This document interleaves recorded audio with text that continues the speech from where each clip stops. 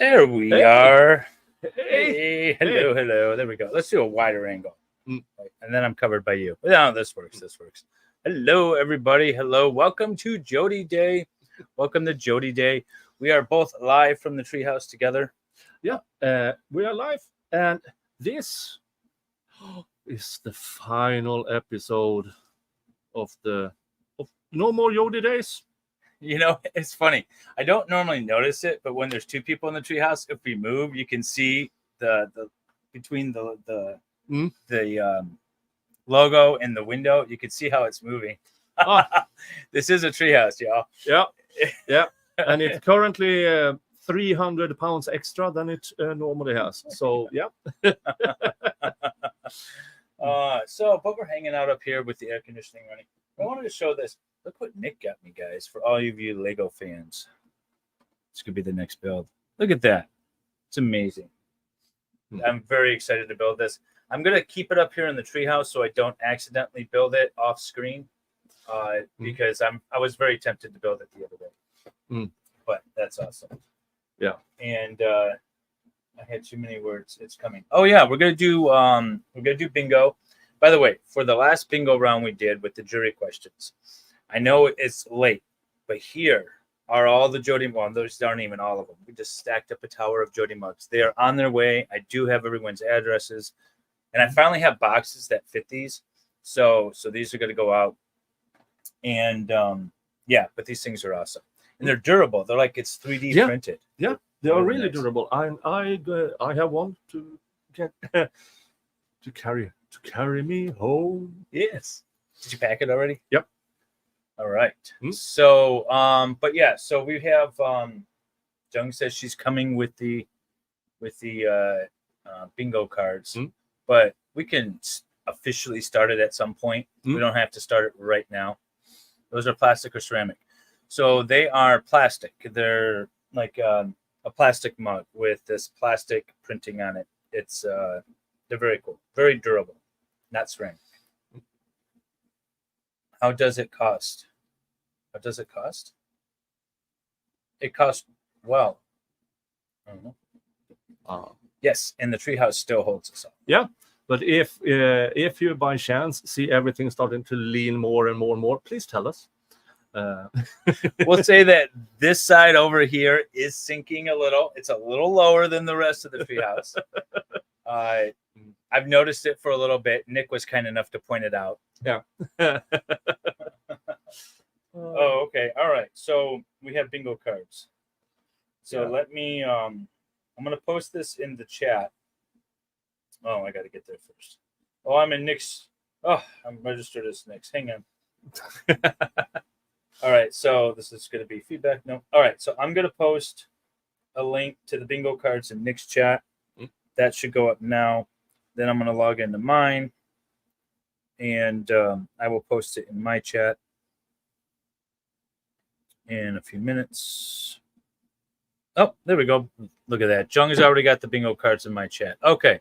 So if you're in my chat, look for Jung's little blue wrench, and that'll take you to the bingo cards. If you are in Nick's chat, I posted it apparently as him. Yeah, so you guys can go there, select your bingo card. Make sure you remember your bingo card number. And remember, Jodi's hole, I believe. I'm not looking at it, but I imagine Jodi's hole is always a free space. So go ahead and check that one off. And I have no idea what the words are. I was giving Jung some suggestions. And if there's any dispute, we'll let Jung sort it out in the chat because Jung is awesome. If anything goes wrong, we blame Jung. Sign up here, type your name, and it will be given to the bingo card. Oh, okay. So type in your name. Probably put in your YouTube name, not your real name. So if your real name is not John without an H, then, type it out that way. Yes. But welcome on. Welcome. It's weird not having your voice coming through the headphones on the other side. Yeah. But hey. So we can actually interrupt each other without that 0.2 second delay where we both talk and then we both stop. Now we probably will do I that could just anyway. elbow you. Look how much shorter Nick is of me, by the way. Yeah, I wanted to point Dave that took out. the big chair. He's sitting in one of these, these kids chairs. So you get higher up. This is a very realistic comparison between sizes. No Yeah, drinks. they seen pictures of us. Yeah, there is a slight difference, height difference. A little bit. No drinks. We didn't bring any beers up, did we? Nope. Because I need to drive. He needs to drive and fly, Yeah. and so I have some waters and some coffee. Mm. My wife went to Nebraska, and I told her to bring me back something corn shaped. You believe it or not, they have nothing corn shaped in Nebraska, so she had to get a mug. I don't know what's Well, in Nebraska. They have corn. This is bittersweet. I agree. Yeah. This is our last Jodi stream. Mm. This is our finale. No, John, I'm not sitting on a bucket. I am not Lynette. These are comfortable chairs, aren't they? Yeah, really. This is the old chairs from my waiting room in my law firm, and I brought them home because we changed out the design, but they're IKEA. Oh, I knew it was good quality. This arm is slightly moving, and Well, it's 15 years old, but it's still IKEA. All right, so we are going to pick up where we left off, which is this is defense closing arguments, and we are at hang on. There we go. Now we get it figured out. All right, so this is defense closing arguments. We're going to play it at 1.2 or 1.5 speed. Yep. Make me mod on his channel for the day so I can post links over there. Oh, she's not mod on your channel. oh, hold on, I will fix that. I hope if I can do that on the phones. Kurt coming in hot for that acquittal.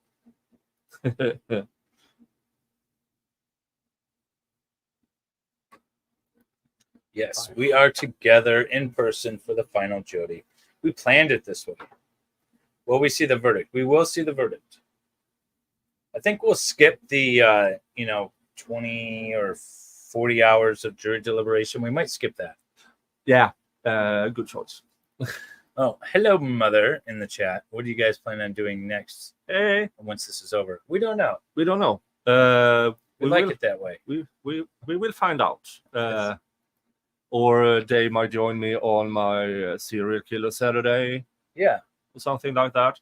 I have a few episodes left of the Florida-based female serial killer. Yeah. We've only watched 5 streams of this. Well, you're here for one of the best. Yes, you are. Make sure you guys get the bingo cards in the link. Let me see here. All right. So if you're in my chat, I am going to replace my pinned message with the bingo card link. So you can get at that. And then if you are in Nick's chat, hang on. I can't do it from here. You're going to have to pin the message on your chat, Nick. Get your bingo cards here.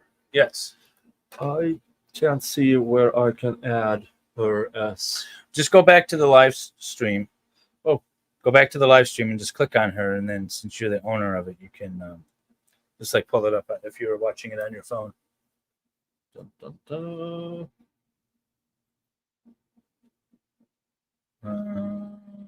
What is it? Oh, you're in studio. That's Oh. why you got to get out of studio. Just go to your regular. Dun, dun, dun. You're in both chats. Awesome. That's what Hey. we like. Dun, dun, dun. 3-hole wonder bingo cards. Yes, the 3-hole wonder. It will be the center square. I believe. I'm demonetized. You're demonetized already. Yeah. I don't have to worry about that. I'm so immediately on every Jodi stream, I get demonetized. But hopefully it. Oh wait. Okay, so I lied. The three-hole wonder is not the center. Anal sex is the center. I wonder why we're demonetized already. So that's your center free space. Rope, believe, authority, gas can, shank. Oh, you know what? I need a list of words, Miss Jung. You got to apologize. Young, you need to write in my chat so I can make you a mod. We're well organized and definitely prepared for this. Oh, It's yeah. not like we've been out, having a good time. We've been all focused on this. Young, you need to write in my chat so I can add you as a mod. I can't make her a mod. But I can pin your message. All right, so I got the bingo card pin now, finally. Oh, good. You pinned it as me. I did, yes. You're always trying to be me. What is it? Not copying, but mimicking, It's the sincerest form of flattery. Oh, awesome. Jung sent me the words. Journal killed him. Choking. Law of attraction. Law of attraction. That's the one we were missing. Yeah. All right, great. Okay. So everyone get your bingo cards ready to go, and we'll get going. If you join us late, you can still get a bingo card and still join along. And and sorry, Marianne, but anal sex is the free space. Yes. So now I've got the list of words. You should do the best of stream, which will just be day 6 part 2. Yeah, definitely. All right, let's get going on this. Yep. Volume is up. Oh, let me.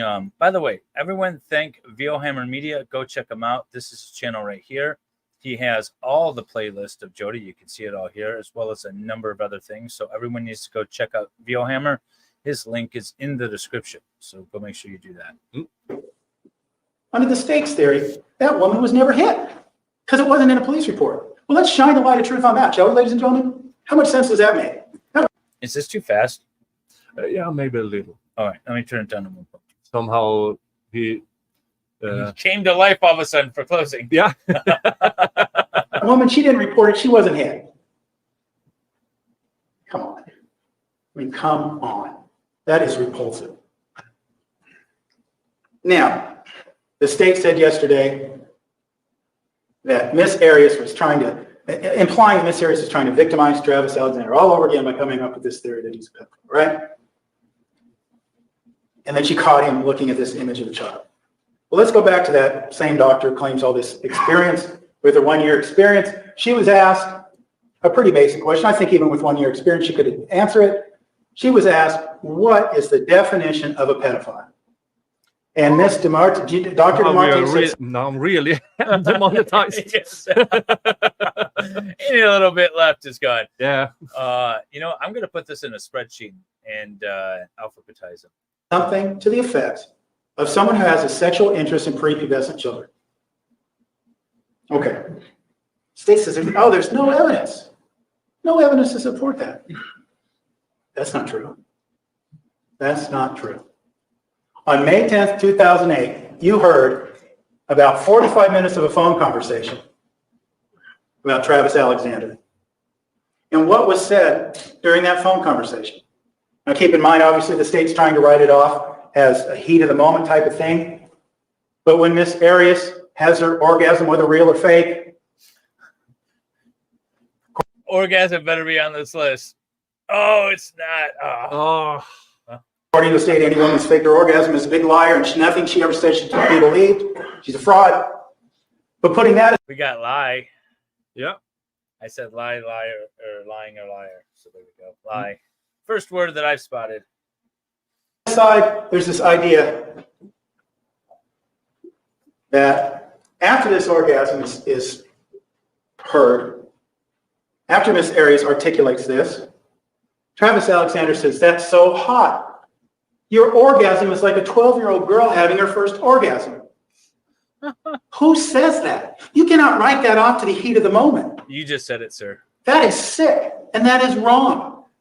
You can't put any spin on that. You don't say that unless you have that interest. And keep in mind something else. He doesn't just say it once. Oops, I screwed up. She says, what'd you say? Out of shock, what'd you say? And he doubles down. It's like a 12-year-old girl having her first orgasm. Let's hope, ladies and gentlemen, that he doesn't know what that sounds like. But he said it, and he said it twice. Yeah, no, this is definitely not a monetized stream. Yeah.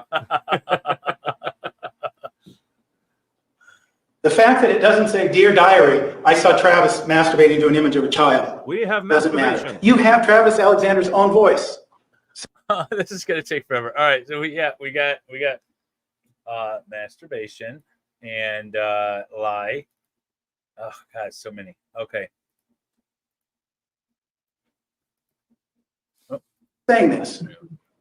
And wait, one more thing, right? He doesn't just double down, he goes for the trifecta.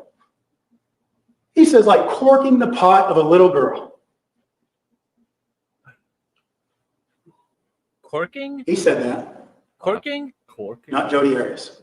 I don't remember that. Had Jodi Arias really been interested in this vicious attack of Travis Alexander, even though the state has contemplated to you that, she was craving the media, she did these interviews, no, therefore she's craving the media.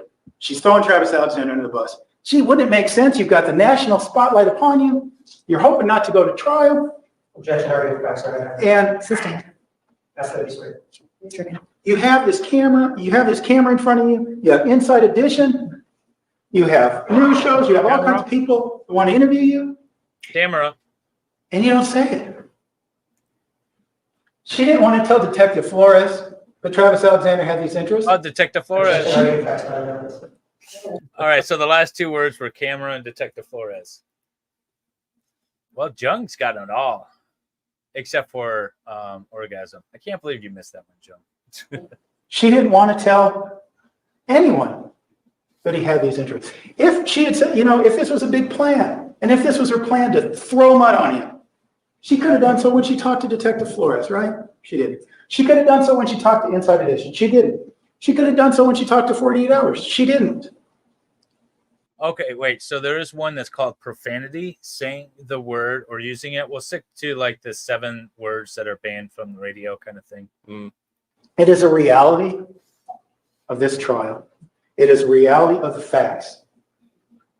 And it is a reality of how this abuse came to be. The state says, well, he didn't abuse Deanna Reed. Abuse? He didn't abuse, and I would suggest, even though they say that, I think that's probably not completely accurate. Because while they had some consensual sex, it was going against their religion, and I'm sure that was damaging. Okay, so sex, sexual fantasies is there. What about abuse? Oh, yep, we got abuse. Okay. I'm trying to watch the chat and the words.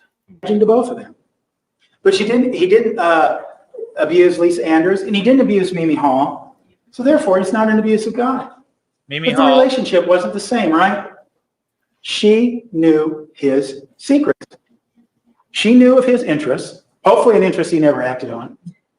She knew his dirty little secret, and she was his dirty little secret, wasn't she? Because remember, at this point in time, We do have consensual sex. So, yeah, we did get that one. I'm sorry. I just didn't see sex. Okay. on June 4th, when she's pulling up to this home and this soon-to-be crime scene, Travis, his sexual, apart from what we just discussed and the comments about a 12-year-old girl, the state's right. There's nothing wrong with having sex as a young adult. There's nothing wrong with it. There's nothing wrong or illegal about the intercourse that he had with Deanna Reed. Nothing. Yep, interview. But it was, and there's nothing wrong with the intercourse he had with Jodi Arias. Okay, so the words I have thus far, God, this is where I always have to say it. All right, so abuse, camera, consensual sex, Detective Flores, interview, lie, masturbation, Mimi Hall, and those are the ones I have so far. Unless you guys caught anything else. Yeah, and when Dave is saying those words, I'm out of frame. Yes. Yes, the Treehouse Duel. at least the time she was consenting to it. But there was something wrong with it within the context of the church. Oh, we do have attack. Okay, And at this point in time, when they begin a sexual relationship in 2006 that goes all the way up to 2008, he was a one-time offender, right? He'd already violated the dictatorship. All right. So I added video and I added attack. Hey, Indigo. Welsh Lady Reads, welcome. Everyone, you think this is a bit rude for me?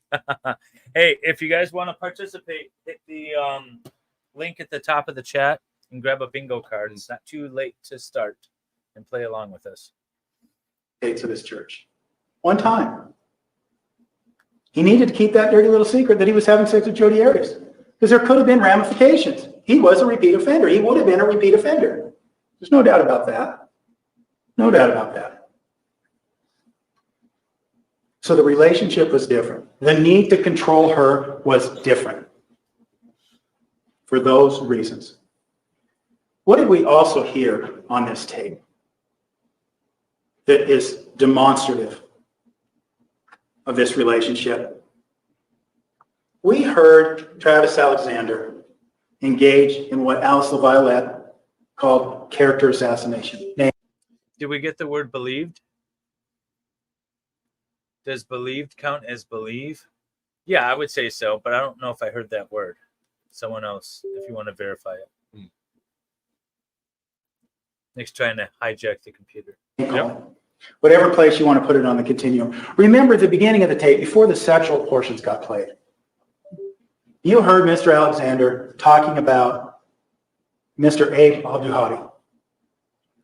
Who? And he talked about a confrontation he had with him. Well, not a confrontation per se, because if you recall, if you choose to listen to this in your deliberations, Mr. Alexander says that he intimidated him in the bathroom. He was a jealous guy. Hey, I gave him I'm going to whip your A vibe. Says something to that effect. I'm going to whip his ass because he kissed my girlfriend. Jodi says, he wasn't the girlfriend at the time. I don't care. I intimidated him in the bathroom. Jodi says, he said nothing but nice things We got kiss. Kiss your girlfriend. about you. I don't care. I was going to whip his ass. He's a violent guy, right? He had a punching bag, and you saw the exhibits. He had a punching bag in the hallway outside his office. Maybe he needed that for when Jodi Arias wasn't around. I don't know. But he was also a big fan of the Fight Club, right? Cage fighting. Bleeding. Yes. Jodi's middle hole is a free space. So make sure you check the middle hole. Always. Always check the middle hole. There you go. Do we have bathroom? Did someone say bathroom? Someone could verify that. Broken bones, cage fighting. And we have him being violent on this phone call. Jealous. And we have him assassinating the character. Did they say jealous or just imply it? Oh my God. I can't watch the chat and listen for the words. Did we get jealous? Yeah, I think so. Okay. And then also Embarrassing? Should I be? No. Did you get embarrassing? I'm not sure. And bathroom. Does bleeding count as blood? No. Blind. Oh, blonde and blood. Okay. I was confused there for a second. Of other individuals that were associated with Mr. Abduhadi. Remember this reference to Team Freedom. She talked about, I may go to a Team Freedom event. Of course, Mr. Alexander probably knew that Mr. Abduhadi was a part of this and wanted to stop any perpetuation of any relationship. Maybe that was his motivation. I don't know. But he says those people are soulless. Those people are soulless. They're the worst. They don't care. They just want to drink and party, and they're terrible people. Hey, Bree. He's assassinated the character of other individuals, hasn't he? Those people on Team Freedom. It's all consistent. Now, the only sex we've had is consensual. Yeah. So far. Yeah. Pretty bland. Well, masturbation also. Oh, yeah. Okay. All right. Masturbation. All right. So here are the words we've got so far. We'll run through the list. You guys are ready. We have abuse, attack, bathroom, believe, camera, consensual sex, Detective Flores, interview, jealous, journal, kiss, lie, masturbation, Mimi Hall, and video. Those are the words thus far. I didn't mean for it to go off. Could have so many contexts, but that one has not been said yet. Yeah. And anal sex is always free.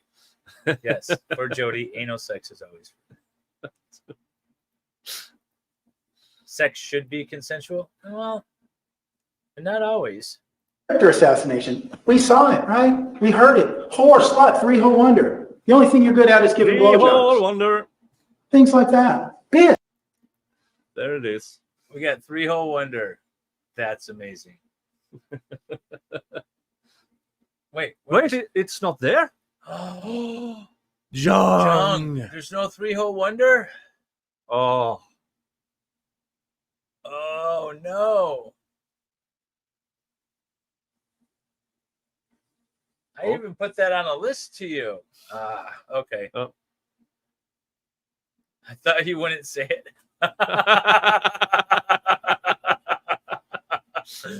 Oh, all right.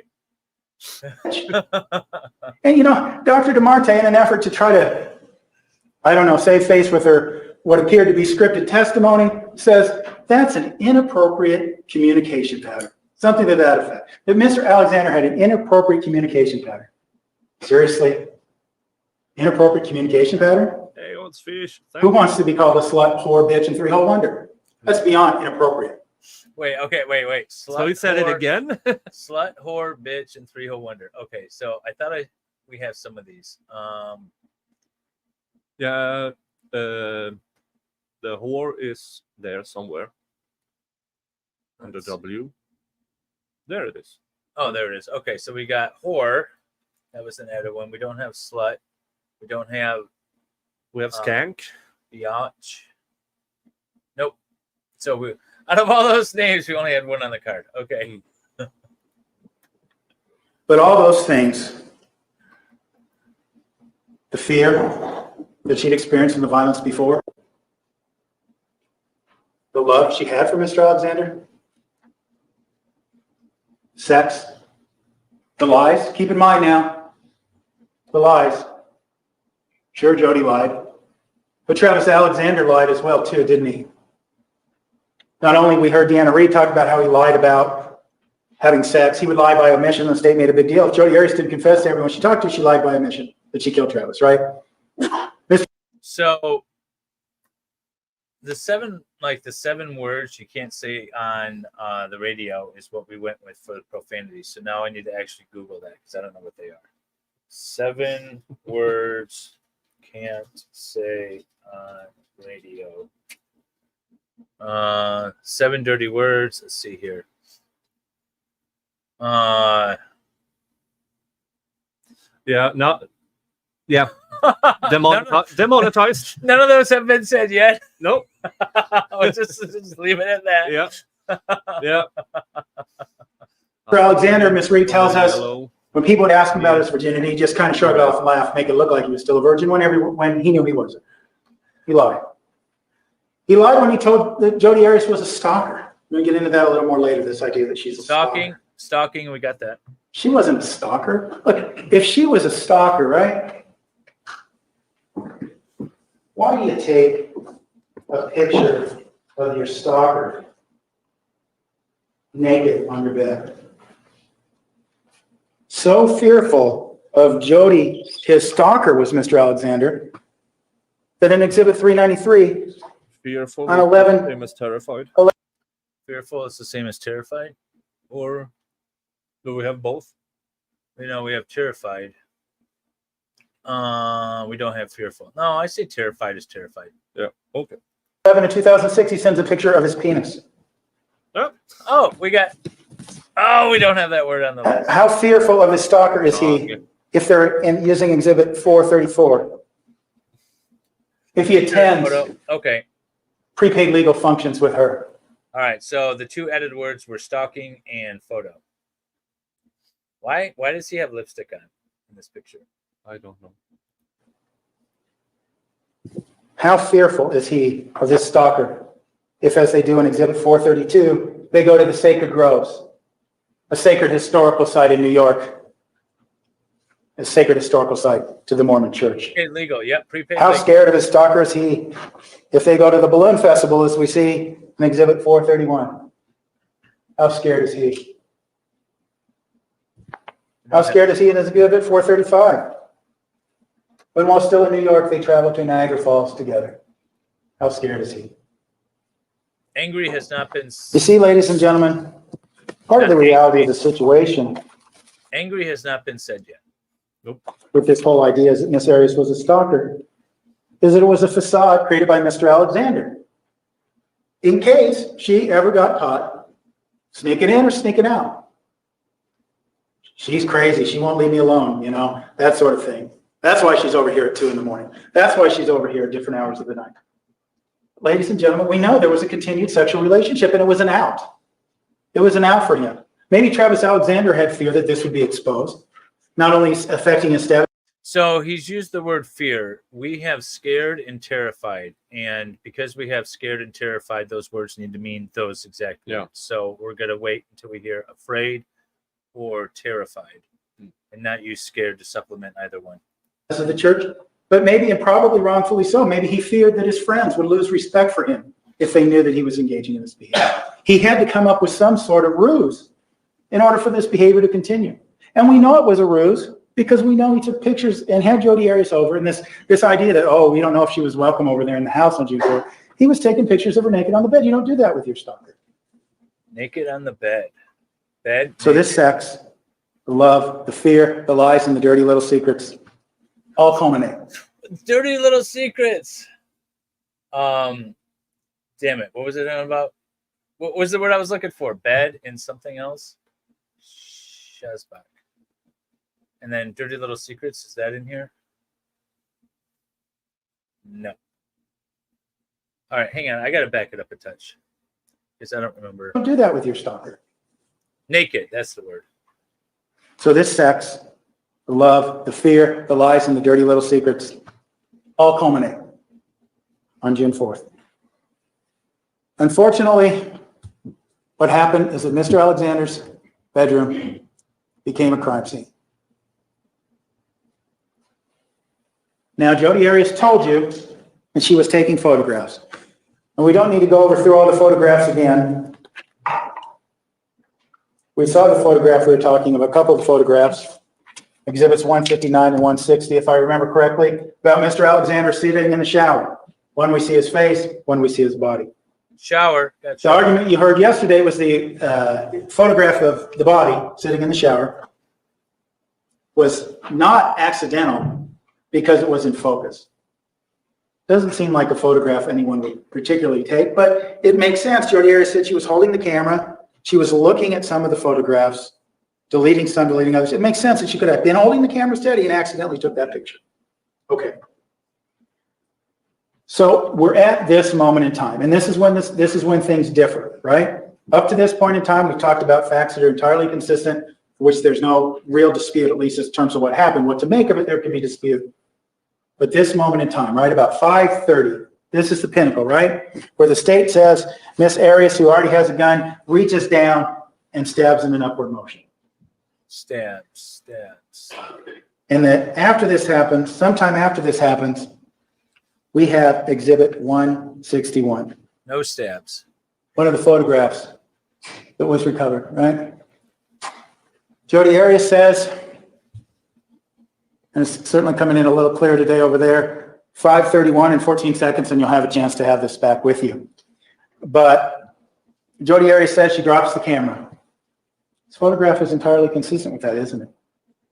It's a photograph up towards the ceiling.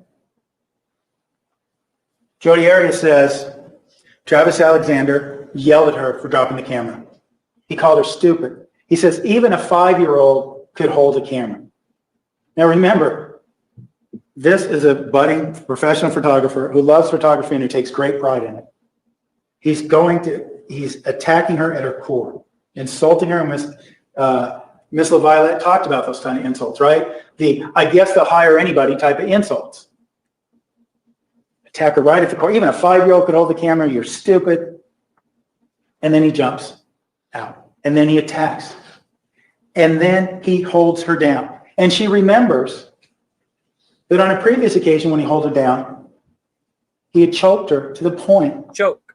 where she lost consciousness. Choking. Yep, we got it. Now, granted, yeah, right, there's no diary entry. But you still have the right to believe or disbelieve what she says. But she remembered that time. And she thought it might go further this time because the instances of violence were becoming more frequent and more severe. She feared that it might go farther. This time was different. He was angry. He was angry in a different way. She talked about getting out from under there. And you or your fellow jurors who aren't here anymore, ask her some questions. There's so many innuendos. Get out from under her. Yeah. All this stuff. About this area here. Oh, we got a bingo. Gwendolyn got a bingo. Hey, Gwendolyn. Angry. Angry was the last word. Okay, so that's not what I wanted to do. Let's see. What is your bingo number? Bingo number. Yeah, your bingo number so that Jung can check it over. Bingo card ID. It's on top of your bingo card. Yeah, put that in the chat, and then Jung will check it out, and we will see if we have a bingo. If she verifies it, then we've got our bingo. And then you need to send me an email so I can get you one of these wonderful mugs. 007. I can't reach them. The way this treehouse is so large, I can't reach the mugs. Or Dave's arms are so short he can't reach. Look at this wonderful 3-hole wonder mug. It has this way. There we go. It has Nick's logo, the beautiful Jodi Arias with her 3-hole wonder logo. Yeah, there we go. So I'll send these out. I got them. I got a whole box of them. There's a whole box out there. 007. Okay. Jung needs Jung. Yeah, just Jung needs to let us know. 007. 007. But they're nice mugs. Have you used yours at all? I give it to you. No, not yet. I haven't used mine. No, I did use mine when I was on your panel show a few weeks back. Yeah, I did. Not sure using it in public. I'd walk around with this thing. Yeah. It's a conversation starter is what it is. Oh, definitely. Yeah. Where did Jung disappear to? I don't know. All right. Well, we'll keep moving while no, I guess. No, we need to wait. Yeah. Jung, I'm filming as well down here. We'll post videos. I'll get back to Norway. Oh, hey, Fed. Hey. Very cool. How much for the Jodi mug? You know, I haven't really priced them out to sell. These are just giveaway items for these bingos. Oh, look at that. Congratulations. Hey, we got a winner. Now, you can still play it for funsies. Yep. But this is the one winner for today. Yes. Congratulations, Gwendolyn. And Gwendolyn is one of my regulars. She's always in the chat. Is she in the United States? Are you in the U.S., or would it be easier for me to send an extra mug back to Europe with Nick? That's the real question. Yeah. So you could just say USA or Europe or wherever you are. The continent would really help. Oh, she's in Michigan. Oh. Okay. Well, that's easy to ship to. Yep. So send me an email, and I will get it to you. It's michiganlawnow@gmail.com, and then I will. I'll get you a copy over. The bathroom. I'll get you a copy. Where everything was. I'll send you a mug. I don't know where everything happened. Where was the camera? Where were other things? Oh, and Miss Arias walked you through various places. Diagram. The penis diagram. Yeah. Oh.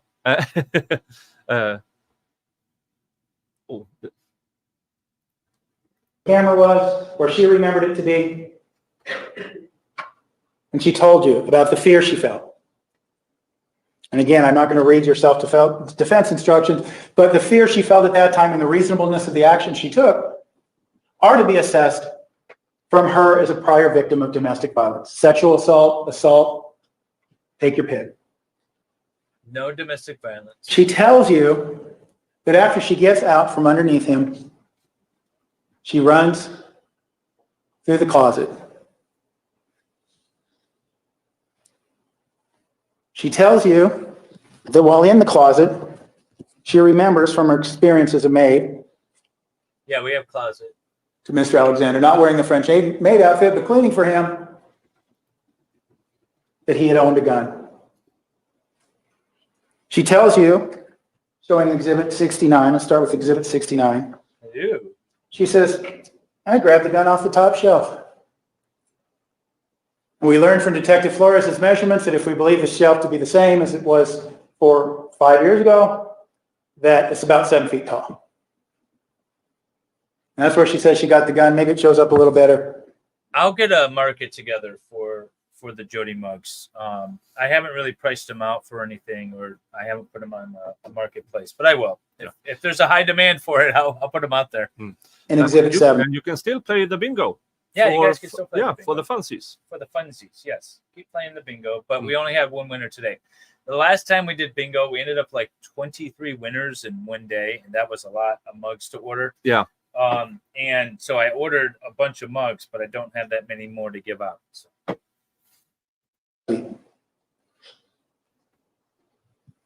She grabs the gun. She runs through the closet and grabs the gun. No, supposedly he Now, did refer to her You specifically. recall it wasn't that many days ago, Detective Flores was on the stand saying that he didn't measure the height to any of these other shelves when he went back in there. Remember, he said that he put them in the identical position that they were on June 4th. And he measures them, and he measures the top, and he measures the ceiling, but he doesn't measure any of these shelves. Now, ladies and gentlemen, one of the things that the state is postulating to you is the idea that Miss Arias is lying because a closet right there that day, at that point in time on June 10th, 11th, 13th, when Mesa Police Department was processing the scene, these mugs? that nothing's disturbed. Therefore, there's no way it could have happened the way We didn't she on the says it others. is. But yeah, sure. Of course, ladies and gentlemen, there's no real evidence to show that. We We don't know if she could have stepped sure. on the shelf, to the side, to one of the railings. We don't know. We could try it. She testified as best she could remember, but we don't really know. But one thing we do know when we look at this closet is even though we don't know the height of all the shelves, one of the things we know, we see a lot of shirts there, right? And they're lower. And for Detective Flores, Ms. Arias is about 5'5". You've seen her stand up. It's probably about accurate. And a smart woman, if she was lying and making this up, boy, it would seem a lot smarter to just say, oh, the gun was at hand level. It was under one of those shirts. It was behind one of those pairs of shoes. The problem It is was somewhere. Nick is leaving in like an hour or after we're done with this anyways. And Yeah, then I don't have a pink pen. I need to leave 5 at the latest. We'll try signing one. If Gwendolyn wants her signed, we'll try signing one. And then if that works out, we'll go from there. I grabbed it easily. But she didn't say that. Not only that, but we've seen evidence that this crime scene is cleaned up. Could she have put a shelf that was dislodged back in place? Yeah, she could have done that too. She should have stayed with the ninja It store. would just be super simple if Jodi Arias was lying about this to say the gun was somewhere else. There's bags there. There's all kinds of areas where she could say I grabbed the gun from. And as a matter of fact, if you look at Exhibit 69 and 70, she pretty much picked the most inconvenient location she could have, right? If this is a lie, she picked the most inconvenient location she could have, the very top in the corner. Depending on if that is actually what happened. Yeah. Which I Okay. don't believe. Now, Jodi Arias told you about how once she grabbed this gun, she ran out towards the bathroom. Drawing your attention back to I Exhibit agree, Dave. Yeah. 249. a year. No, thank you. We see how she was able to run through and run back out the other way. Don't work with friends. Yeah, That's Two a bad openings to thing. this closet. You can be friendly She grabs the with gun. your coworkers. She backs out, right? Yeah. Yeah. For her story, she has the gun in her hand and she's running away. Travis Alexander is still charging. Now, there was some discrepancy. She told Miss LaViolette she shot him in the closet. Well, certainly there's no evidence of that, and there's no evidence that Jodi Arias even said that. Alice LaViolette said, oh, that was my mistake, because I'm not as concerned about things that happened on June 4th. I'm there to...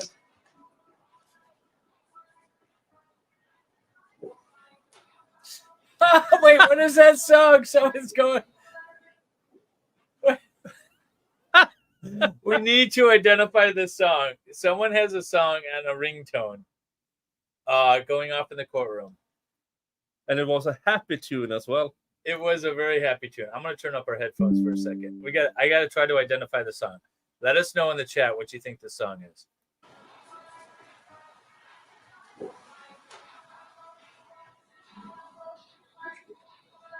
Is that Kesha?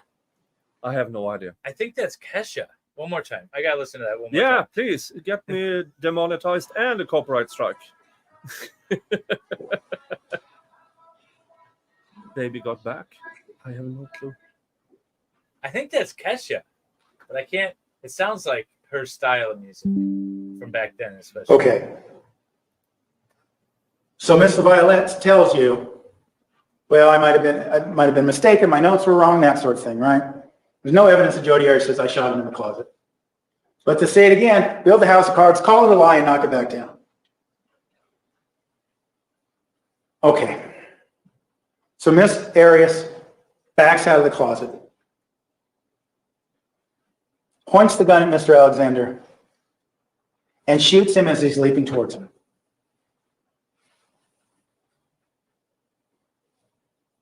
Now recall the entrance and exit of the bullet wound, right? Dr. Horn, yesterday, or actually 2 days ago now, we had the long day. Odd. He was saying, oh, the bullet never penetrated the brain. And then he says, oh, I made a mistake on my report. That was a typographical error. That it really did. But we see the trajectory, this right from the left cheek to the right nostril, right? As he's diving. He says it could have been the first wound because it would have immediately incapacitated him. But now here we go. The light of truth, right? Right here. Let's shine it right here. Because you heard during this trial, Detective Flores testified. Detective Flores testified at a hearing in this case in 2009. So the gunshot was first. I talked to Dr. Horn after the autopsy, which happened in July, and he told me the gunshot was first. That's what he told me. He gave me his opinion, his opinion, his opinion. Then he sat up there and told you, well, I wasn't given my opinion. Keep in mind, this other proceeding was sworn testimony, and we went back and forth about the importance of being accurate. I wasn't inaccurate. It was a misunderstanding. And Dr. Horn said, I didn't talk to him the next day. We know Detective Flores had testified that he did, right? That he wrote that in his report. So somebody's not telling the truth. Now, it perhaps is not fair to shine the spotlight completely on the detective when Dr. Horn should be sitting next to him so the spotlight can get them both. But somebody's not telling the truth there, right? And when the detective went through and relayed all these things about, the shot first and what happened next, again, shot first. And then Dr. Horn comes forward and says, no, the shot was last. He was already dead. It was never my opinion that it was shot first. I never would have said that. So again, somebody's not telling the truth here. But when you assess that, let's think about that from the standpoint of what happened. The chain of events. Because at a certain point in time, and you heard the doctors talk about that point in time, after 2009, there's at various points in 2010, Miss Arias tells what happened. She tells this story, and then lo and behold, all of a sudden what the detective testified to about Mr. Alexander being shot first, all of a sudden that's wrong. And there's no way that I said that. There's no way that this happened. Shine the spotlight, ladies and gentlemen. Lies. Somebody's lying here. And in this case, it isn't Jodi Arias. Okay.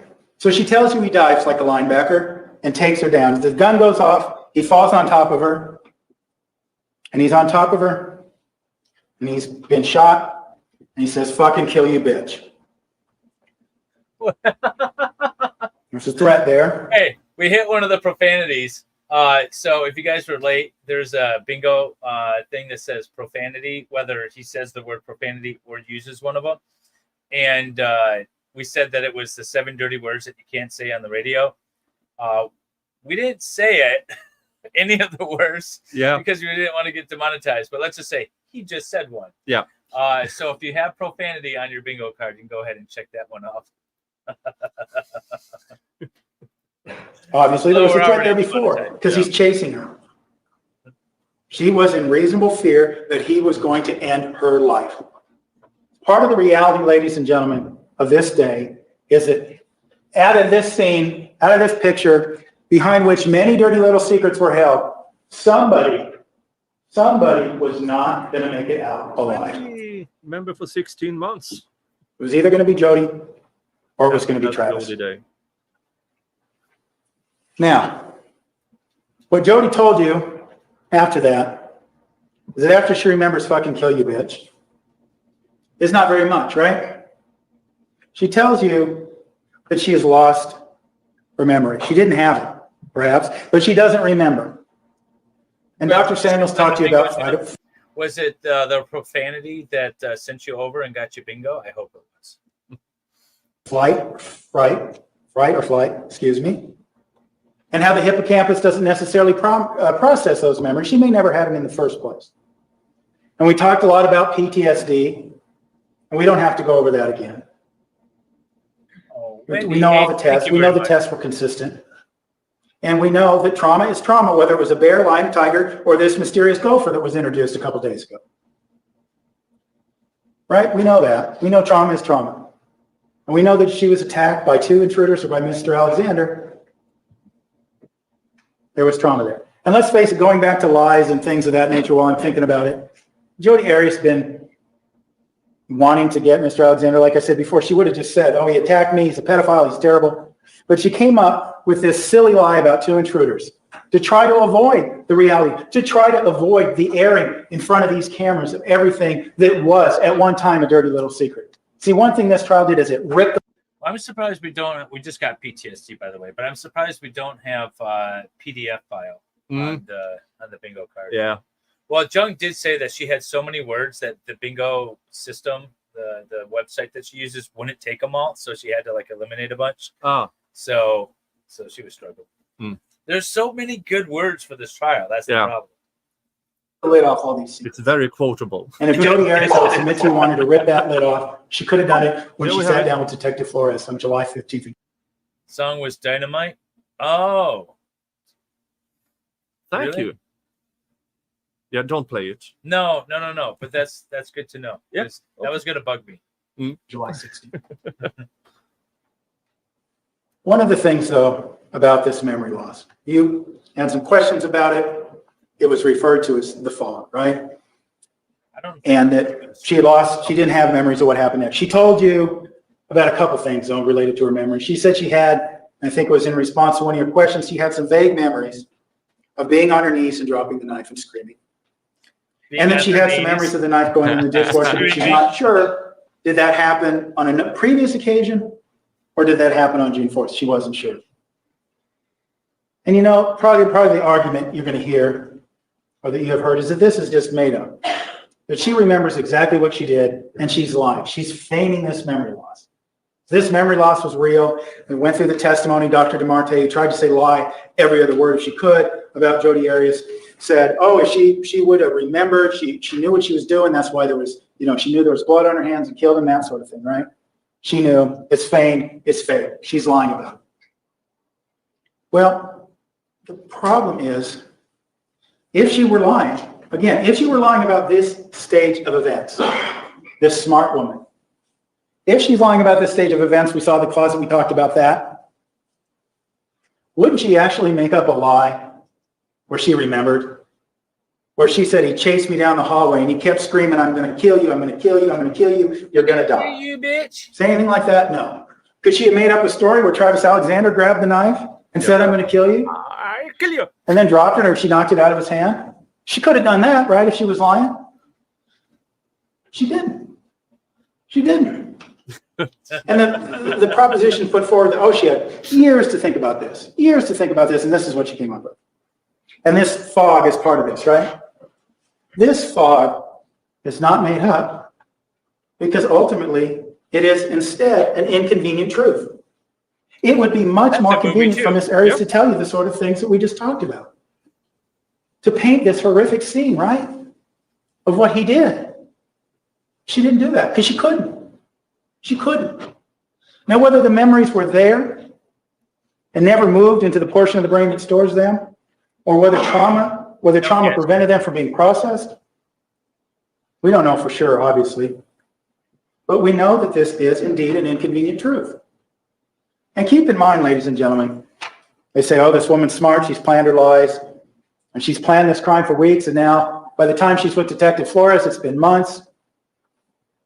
And she comes up with, on the second day, she comes up with this lie about the intruders, that if you look at the evidence, it can't be proven, but it also can't be disproven. That'd be a pretty good lie, right, for one night. If you were lying and you had 2 years to think about it, like I said, I think you think of something better, right? You think of something better. And here's the reality of the situation, ladies and gentlemen. The one thing that is clear.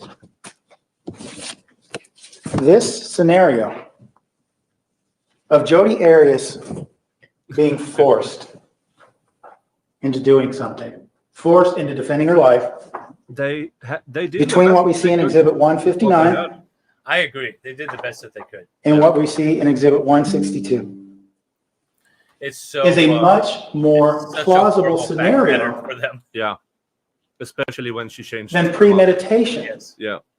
Because, ladies and When you have gentlemen, bingo. Hey. this happened, and this shows, we talked about how premeditation doesn't make any sense. The pictures of him with his hands against the wall and his eyes turned away from this area. We talked about how premeditation doesn't make any sense. Thank you, Erin. Thank you so much. This, ladies and gentlemen, the theory of self-defense is one that is so much more plausible because it happened like that. Something happened.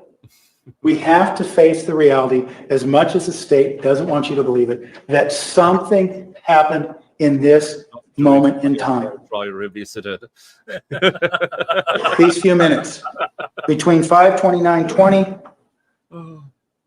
and 5:32:16. Something happened at that moment in time. All right, ladies and gentlemen, take the noon recess. I would like to take 1 hour today rather than an hour and a half. Does anyone need more than an hour for lunch? If so, please raise your hand. 1 hour. We'll see you back at 1 o'clock. Please remember the admonition. Everyone go subscribe to Vielhammer Media. His link is in the description. He did this awesome remastering of the audio for us. And cut Please out be all seated. The record will show the presence of the jury, the defendant, and all counsel. Mr. Nerman, you may continue. Thank you, Your Honor. Good afternoon, ladies and gentlemen. This morning we talked about how the premeditation theory doesn't make any sense. Wow. Thank We talked about you. Ms. Arias's description of self-defense. We talked about how something Generous. could have happened in that moment in time. Now, your jury instructions do not limit you to one of those two outcomes. You're the finder of fact. You determine what happened. What happened between those two photographs I showed you this morning? What happened? In that regard, you have more options than merely first-degree murder. Page 8 of your jury instructions talk about the crime of second-degree murder. Thank you. I When hope someone intentionally caused the death of another person, it's eventful than my travel here. the defendant caused the death of another person by conduct which knew would cause death or serious physical injury, or You like that? I've been thinking about that for a while. under circumstances manifesting extreme indifference to human life, the defendant recklessly engaged in conduct that created a grave risk of death. The risk must be such that disregarding it was a gross deviation from what a reasonable person in the defendant's situation would have done. Now, ladies and gentlemen, one of the more crucial parts of this jury instruction comes in the next paragraph. The difference between first-degree murder and second-degree murder is that second-degree murder does not require premeditation by the defendant. If you determine that the defendant is guilty of either first-degree murder or second-degree murder, and you have reasonable doubt as to which, you must find the defendant guilty of second-degree murder. Those are your instructions, as it was pointed out to you yesterday, not optional. The instructions you must follow. Going down farther on page 9, We have a manslaughter, sudden quarrel or heat of passion. That could also sound very familiar to what we've seen throughout the course of this trial, right? If and only if you find the elements of second-degree murder were proven beyond a reasonable doubt, you must then consider whether the homicide was committed upon a sudden quarrel or heat of passion resulting from adequate provocation from the victim. Adequate provocation means circumstances that deprive a reasonable person of self-control. And it does say words alone are not adequate provocation to justify reducing an intentional killing to manslaughter. There couldn't have been a cooling off period for which, in this case, Miss Arias could have regained control. No, Zach, in a battle of foreheads, Dave is winning. If, after finding the elements of second-degree murder were proven beyond a reasonable doubt, you also unanimously find beyond a reasonable doubt that the homicide was not committed upon a sudden quarrel. Okay, I got to point this out. So Wendy, during our last Lego stream with Nick, was talking about she had never seen Game of Thrones, but she started watching a little bit of it. And then so Valhalla and I convinced her to start watching. And now she is all into the family dynamics. Oh, yeah. Yeah. Oh, yeah. But yeah, Nick would definitely fit in. Or heat of passion resulting from adequate provocation. Then you find the defendant guilty of second-degree murder. But if you find the elements of second-degree murder were proven beyond a reasonable doubt, you must also unanimously find beyond a reasonable doubt that the homicide was committed upon a sudden quarrel or heat of passion with adequate provocation. You don't find Miss Arias guilty of second-degree murder, but of manslaughter. Words for not weapons. And it says, finally, if you determine the defendant is guilty of either second-degree murder or manslaughter, but you have reasonable doubt as to which it was, you must find the defendant guilty of manslaughter. So, ladies and gentlemen, as these instructions show you, your job is not limited to these two choices that we talked about this morning. And in that regard, let's be honest, there is no doubt about the fact that each party, the party of the state, promoting their agenda, or promoting the theory of first-degree murder, there is an agenda behind that. There's a motivation behind that. They want you to convict Jodi Arias of first-degree murder. Miss Arias, too, there's no doubt about it. The state talked about it yesterday. There's no doubt about it. She's facing first-degree murder charges. There's no doubt about the fact that she would have every incentive to lie, right? No doubt about it. It is your job to determine, and we talked about the evidence of self-defense, whether that evidence, the objective evidence you've heard, fits that story. And whether you believe her, you still have the right to believe her. But there is another voice which has no agenda. The voice of reason. See, ladies and gentlemen, you are not required to check your common sense at the door. Yeah. As a matter of fact, you are supposed to take it back to the jury room into your deliberations, your experiences and your common sense to help you as a finder of fact to determine what happened between the photograph Jodi Arias was taking of Mr. Alexander sitting in the shower and the moment in time when his body was being dragged across the bathroom floor. In that regard, before we talk about some of those things and those objective indicators, we're going to look at crime scene photographs. We're going to look at evidence for which there is no dispute. That these items also tell a tale.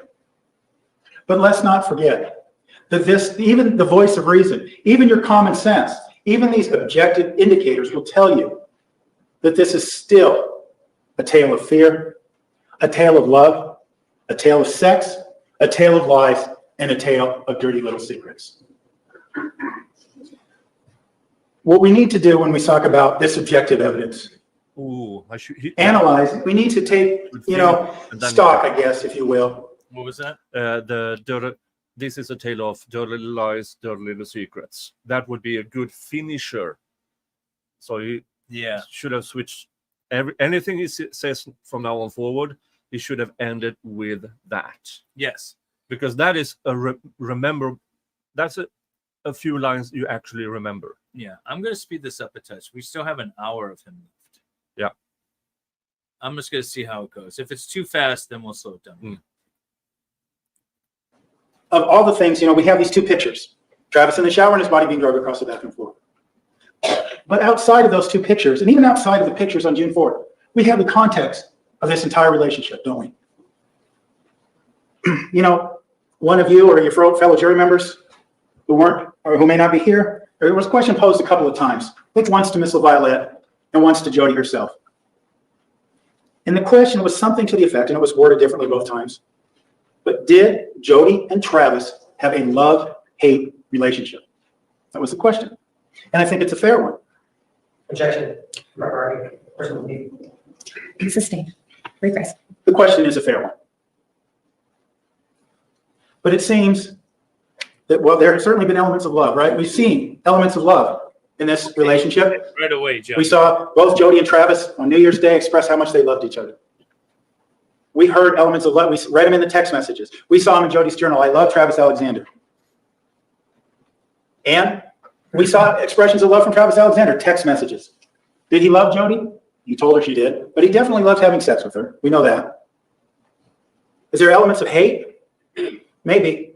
See, maybe Jodi hated herself for some of the boundaries she crossed, even though she said she enjoyed it and participated in it. Maybe she hated herself for crossing some of those boundaries. And maybe Travis Alexander hated himself for crossing some of those boundaries too. Hated the fact that he... That's a good love-hate analogy or analysis, Wendy H. Travis loved to F her. Jodi hated being used. Yeah. That's perfect. Yep. wanted to keep having sex with Jodi Arias. Maybe so. But whether this relationship was one of love and hate, the love-hate relationship that your question posed, there can be no doubt about the fact that this relationship was one of chaos. Apart from all these other factors that we've been talking about, these experiences of human existence, we know that this relationship was one of chaos.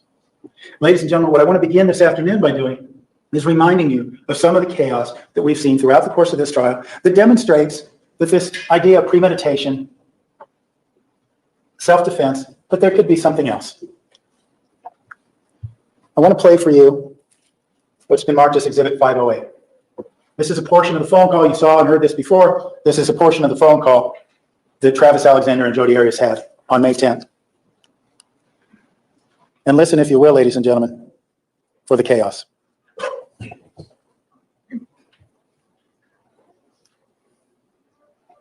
This is going to be good. I slowed it down. The way you love it, it sounds like you're this 12-year-old girl having her first orgasm. It's so hot. It sounds like what? A 12-year-old girl having her first orgasm. I check off every day, sometimes 2-3 times a day. Are you serious? There's been many times when you've been like miserable and I've like raped you. You cannot say I don't want that booty. Oh, never mind. You do know how to work the booty. Yeah, we've had 2 and 3 hour sessions many times. Yeah. I think 3.5 like our tops or something. You remember that time I came to visit you when I was still working in California? And I fell asleep on your chair next to your bed. And you just like woke me up by pulling my pants off and totally licking my pussy. Yeah. You gotta admit though, like there's not many guys that would do that just for fun. I'm gonna tell you to a tree and put it in your ass. But By the way, I just want to point out once again that Vielhammer cleaned up all of this audio so you can hear every little moment of this recording. Yeah, I can see my monetization. Was licking on the bingo card? What's that? I'm gonna tie you to a tree and put it in your ass.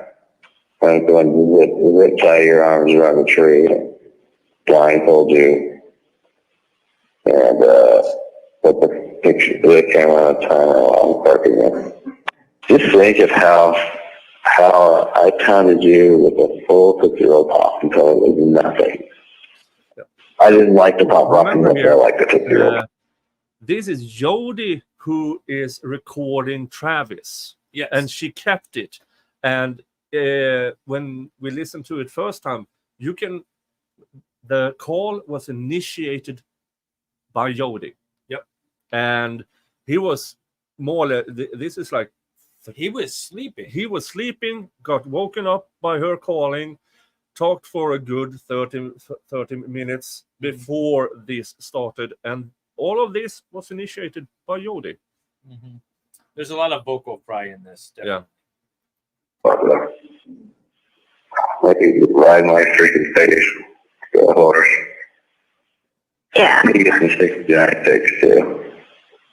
69 pics? I'm gonna get some great shots of freaking put that in here.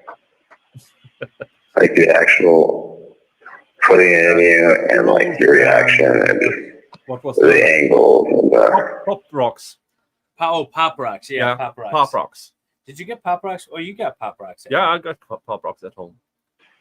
the whole bit. Seriously, honey, I don't want to post you right now for that. Because I'm touching yourself. I can't wait to get pictures of jizzle on your face. Hey, Celestial. Yes. Try to get one tab on coming on your Side face. by side. Yes. No camera, please. I want to give you a cream pie too. What's that? What's a cream pie? I'm going to blow my wad right.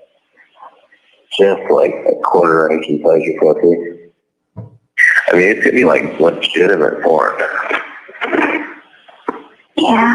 In every sense. Yeah. You know what I mean? Everything about like the details of your body are so hot. Like those big freaking nipples. I keep coming in and out. Hey, what was My that? dick and every orifice of your body. Freaking nipples. Because I want to get like some like Park Ranger type outfit for me to wear. I don't think so. I've seen them. Yeah. Oh, honey, the pictures I'm going to take are so hot. If one of them's going to be me laying on my back, cock hard, you know, stick it straight out. So we'll take some video too. Oh, yeah, it's huge. Are you in the red yet? Like 15 clubs. Are you in the red yet? Which is surprising because, you know, I dragged it this morning. Seriously, I could, if I was at a sperm bank, I could have retired off this load. Oh my God. So cringy. This Yeah. is so bad. Yeah. But this is Nurmi cutting out all the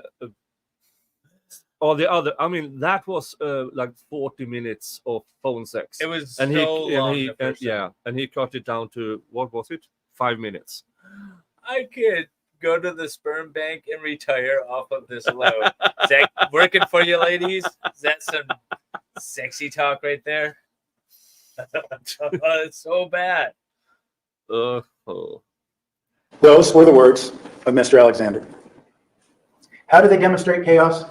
They demonstrate chaos in the context of this entire relationship, don't they? This was from May 10th.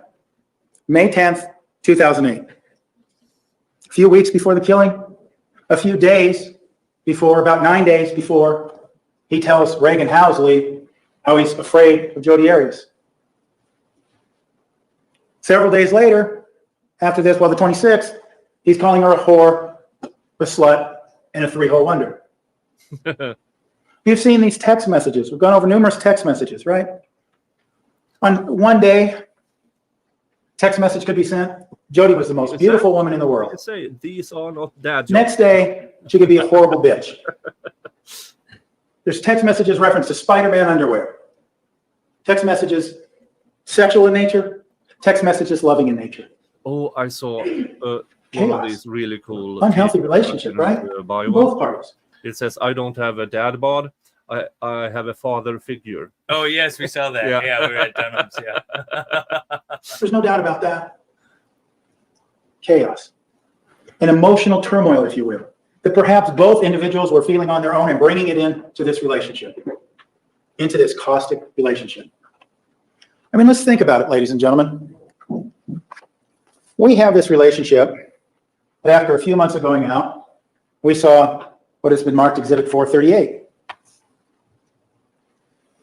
A letter that Jodi Arias was motivated, we'll say, to send by Travis Alexander, telling this same Mr. Abu Hadi, who's asked Travis was going to kick in the bathroom, that they could no longer be friends or do the things that friends do or do the occasional hug because it would make Travis feel uncomfortable. Chaos. We have on April 7th, 2008, about a month before this phone sex recording, right? Jodi is telling an effing lie and this BS story, and no matter how bad the truth is, I promise the punishment will be better than the lie. you know, certainly, as Dr. DeMarte would say, not a healthy communication pattern. We also saw these text messages without going through every single one. Don't ever contact me again, right? We heard messages like that from Travis Alexander. There was always still contact, right? They always kept going back towards each other. No matter what time or space kept them apart, they always kept going back towards each other. There's no doubt about that. It happened all the way up to June 4th. No, Jill. Now keep in mind too, this time period, this April-May time period, is what we heard from Mimi Hall, Travis right? wanted to- Mimi Hall was hearing stories of Yes. Jodi being a stalker, right? and Again, didn't make any sense given what was going on. the But again, it was this relationship of chaos. Came out And look, a few years before that. Oh yeah. Yeah, with one of the girls in. It's like Spider-Man Underoos or Yeah. Superman Underoos. Yeah. What's her name? I can't remember. The one that was in something about Mary. I can't remember. Yeah. her name. Anyways. Yeah, and so that was the thing at the time. But they never found photos of it. They never found reference of it. Just like with the PDF things. Remember, Travis died quite unexpectedly, and suddenly had no time to erase anything from his phone, his computers. There was no trace whatsoever of any PDF stuff. So, Yeah, I read Nermi's book. No, not Nermi's. I read the prosecutor's book, The Angry Little Elf. I read his book. I haven't read Nermi's yet. We might do a review on that because I want to read that one. Yeah. I got some time coming up to read. let's face Cameron facts. Diaz, This that's- voice of reason, common Thank you. sense. Travis wanted to maintain this image of a virginal Mormon man, right? There doesn't seem to be much doubt about that. Deanna Reed told us that. And he's dating these proper Mormon girls, isn't he? Lisa Andrews, Mimi Hall. They're not interested in a sexual relationship with Travis Alexander. But Jodi Arias was there, right? Jodi Arias was there for him. And we know also, speaking of Lisa Andrews, Lisa Diodoni now when she came to testify for you, but then Lisa Andrews, he was dating her. She was a good Mormon girl, right? When he was going to the Balloon Fest, when he was doing all these different things. And Jodi was a dirty little secret on the side. A relationship of chaos. She was great to have around for Mr. Alexander for the sexual purposes. But she wasn't acceptable to his friends, and she might not have been acceptable to his church. So date the Mormon girls. You don't have to have sex with them. You don't have to abuse them. You don't have to push their limits, even though it seems, based on her own email and her own commentary, that he did push the limits to some degree with Lisa Andrews. She wrote in that email, don't want you to touch my butt in public to mark your territory. I don't, you talk about sex way too much. You'll have your time. You'll have your chance. Little did you know, he already had that, right? Deanna Reed.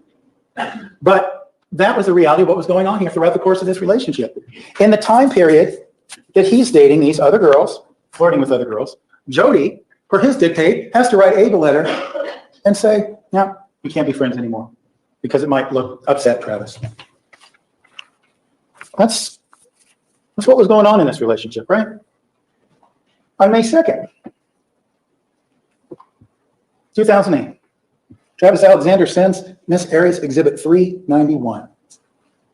Thank you, Aaron Olivia. Just I'm not monitoring my Cash App, but thank you very much. Travis Alexander says, this photo shoot is going to be one of the best experiences of your life and mine. He hasn't stopped thinking about the pics he's going to take. The progressiveness of it, from the very clean to the very dirty and everything in between.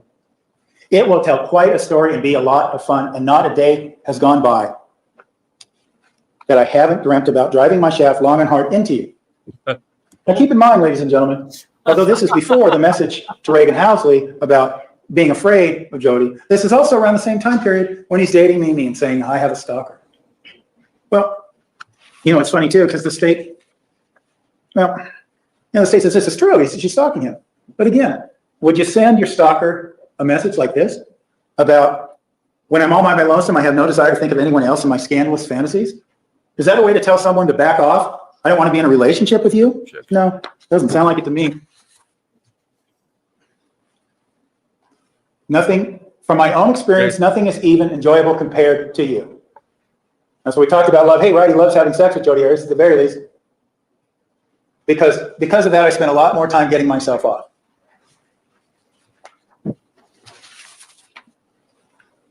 Calls her the ultimate slut in bed. How he wants to send one down her throat. Not just a slut, but the ultimate slut. He wants her to ride his face. He says, you'll feel like you've been raped. You will enjoy every delightful moment of it. This is someone he's supposedly afraid of, or so the theory goes, right?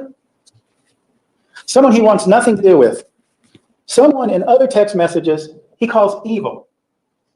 Someone in other text messages he calls soulless. Of course, we know he did that to other people as well. But he says he calls her a corrupted carcass, right? But it doesn't seem to stop him from having sex with her. One day, he wants to have sex with her and says all these graphic things. Another, you're evil. Well, then maybe, she's a stalker. No, I need her over here for sex. That's the reality, what common sense tells us what was going on in this relationship. All these things were happening in this time span of May 2008. When this supposed plan was being formulated, these text messages were being exchanged, these phone calls were being exchanged, and this stalker-like behavior here for the best part. was being exchanged. The closing.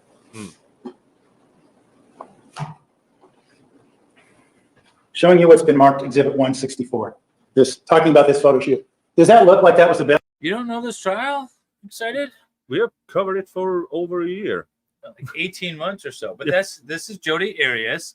She is charged with first-degree unaliving of her boyfriend. Why am I saying unaliving? As if this stream is at all saved for the words I use. That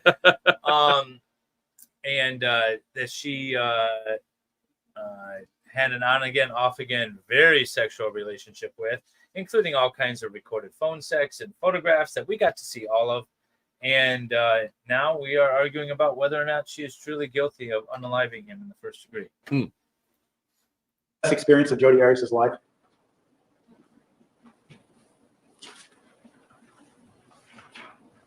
Yeah, she unalived the guy that we heard on the recording. Now, ladies and gentlemen, If you want to call that. going back to this idea of the voice of I reason could repeat what he said. and objective evidence. You've heard lots of. And the saying goes, the picture says 1,000 words, right? Yeah. And we have plenty of pictures of the crime scene. No. And you've heard a lot of testimony like about the work that Mesa Police Department did at the crime scene. What was weeks ago now, in January, I think, I had a woman from the Mesa Crime Lab, a crime scene tech. Remember, she had the laundry. There was laundry, and the camera was found in the washing machine. And she showed you all this laundry, all the items that were in there, right? And showing you Exhibit 17, there were these socks, and there was this towel. And the assumption was that this towel was bleached and that all these items were bleached. Dumped in there, then this was a blood-soaked towel with bleach. Well, ladies and gentlemen, you have your common sense, you have the voice of reason. There are other items sitting here in Exhibit 17 that don't seem to have succumbed to this bleach. Exhibit 28, other items found in the washing machine, not stained with bleach. Exhibit number 27, items not stained with bleach. What that suggests, what I would say that should suggest to you, is the idea that there was no bleach in this load of laundry. There was no effort, if you will, to submerge this camera in water and bleach. You know, we go back, things come up, and I have to go back to this idea of premeditation as it relates to the camera. The camera's down there too, remember? In the whole. Why would somebody who's experienced with digital cameras, who has planned this murder out for weeks, for a week and a half, I guess, why would she then not take the camera with her after she has all these crime scene photos she knows she's taken there? Why would she stand there? She's planned this out, right? She's smart. Why would she delete some photographs and throw it in the washing machine? That doesn't make any sense. And this idea that there was bleach in the washing machine doesn't make any sense either. And these pictures, what we just saw about the laundry of the items in the washing machine, are things that cannot be changed. They're subject to your interpretation, I guess, but they are what they are. These were the photographs taken by the Mesa Police Department.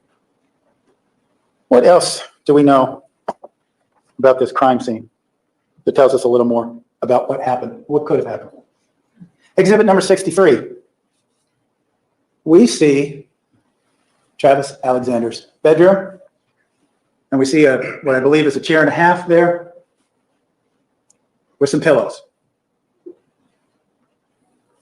Now, one of the things that's postulated to you yesterday was the idea that Miss Arias is lying about being tied to bed. Again, House of Cards, knock it down.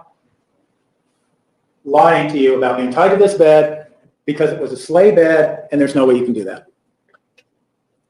Miss Arias talked to you about how the rope went through the back of the bed, and it really wasn't a severe restraint, but more a prop that she could get out of. And they say, no, there's no way that could happen, but of course it could have. There's no laws of physics or logistics that would prevent someone from being, at least as a prop, tied to the bed in the way Miss Arias described it, right? With both her wrists out, the rope behind the headboard, and tied there. Now, the other issue that comes up as it relates to this objective evidence is the idea of a rope. The argument by the state is there's no rope. Showing you what's been marked as Exhibit 56. What do we see there, ladies and gentlemen? Piece of rope. Now, when Detective Flores was questioned about this, the theory was put forward through the questioning anyway. Well, gee whiz, there's a bunch of fringe on those pillows. That must be where that came from. It looks pretty similar. Must be fringe from the pillows. When I spoke with Detective Flores, he was forced to admit that those pillows, I asked him something to the effect of, were those pillows disheveled? Or they look organized there? And he was forced to admit they looked organized. And you, as jurors, as finder of fact, ultimately can make that decision. But ladies and gentlemen, this theory that this rope was from these pillows doesn't really make any sense either, does it? Looking at Exhibit 268. There's a better picture of the rope, more close up. This is all nonsense. Does that None of make this any sense whatsoever? When you called it, as to you how called it like a you haven't watched this closing before, but you called it. It was Dirty Little Lies and Dirty Little Secrets. Dirty Little Secret, Dirty Little Lies. This was the relationship. That should have been what he ended with. And we said he has an hour to go, and it's been about another 30 minutes, and now it's irrelevant. It's all rambling. Yeah, he should. And now they have forgotten about that because it's an amazing way to end a closing argument. Yeah, and he ruined it. Fringe, a piece of fringe from these pillows that were not disturbed, wound up on the staircase. Doesn't make any sense. One of the things, talking about memory loss and inconvenient memories. Jodi Arias doesn't have a memory of the rope, wasn't there. Well, yeah. But here we see, through evidence, again, for which there is no agenda behind it, but a crime scene technician taking this picture, both of them, that there's a rope. Piece of rope. Could it be that Jodi Arias carried this rope out? Also feeding what the prosecution can rebut. Yeah. And he should give as little as possible for rebuttal. And now he's giving everything. Well, what else for rebuttal does the crime scene show us? For which there can be no dispute in terms of what happened.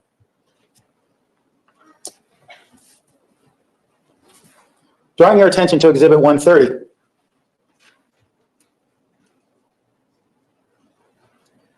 We have the blood at the end of the hallway. Dr. Horn agreed yesterday that is where the throat was slit. Makes sense, right? The greatest amount of blood loss. He said it's a possibility. Yes. Presumably what can be presumed as footprints. That's where his throat was slit. Yeah, there was a grievance filed against him for violating attorney. Exhibit 128. He voluntarily turned in. Shows you a slightly different angle, but it does show you kind of where the blood ends, where the pattern is, how far into the room it goes. The state postulated for Jodi's theory to be correct, there'd have to be blood all the way into the bedroom. But that doesn't make any sense. This, unfortunately, is where it ended.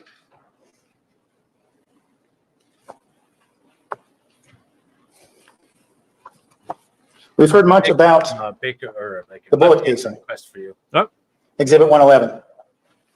This idea that the shot had to be last because the bullet casing was in blood. Therefore, the stab had to be first. There had to be blood. There's no other way for this bullet casing to wind up here. But she had a lawsuit. Oh, against. But ladies and gentlemen, does that make any sense? What I said. You know, we've been talking about this. Jodi's net worth is like in the millions. Yeah.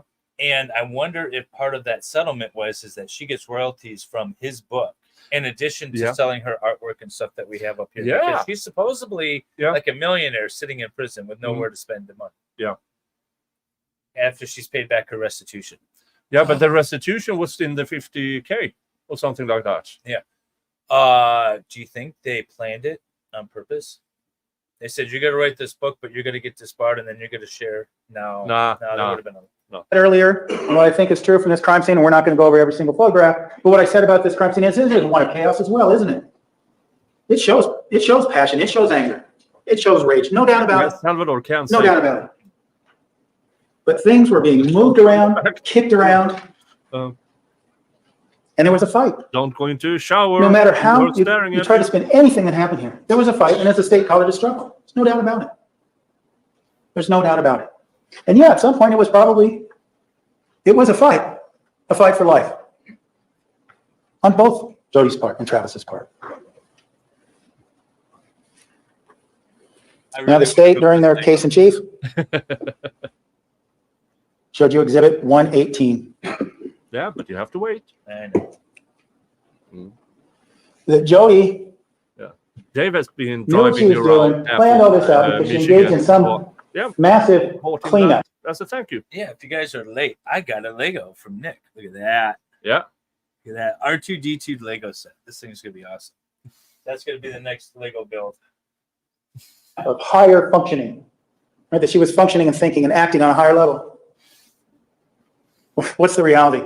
She threw some water down with a cup in a panic. Does this look like a cleanup of some cold calculation? No, or rather, instead, a reaction. Because she But didn't what the hell happened? realize Reaction how much blood a human body to what contains. happens? Yeah, she To absolutely. the experience, the fight she was just in. This does not look like some orchestrated cleanup.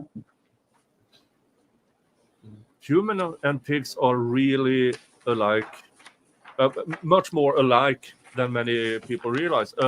For a Now, ladies and gentlemen, 300-pound pig contains as much blood as the state has shown you photographs They used an analog for of Mr. Alexander in the shower. We talked about that. Demolition and Exhibit 159. The photograph that followed of his buttocks and his legs. cleaned up. By And it said to you, yeah, that's exactly what this was. based on the timing of the photograph of his buttocks and legs, that things could not have happened the way Jodi Arias says they happened, that they were part of a pre-plan, because it only took 62 seconds, right? That's what we heard in Exhibit 162. She expected The theory it is, to take by the state, less than 5 seconds because that she's doing Miss movies. Arias had the Stabby, weapons stabby, she stabby. needed And people to cause Mr. Alexander's death, main with her, protagonist died. and then she caused it at this point in time. But the picture tells a different story. Dr. Horn was forced to admit on the stand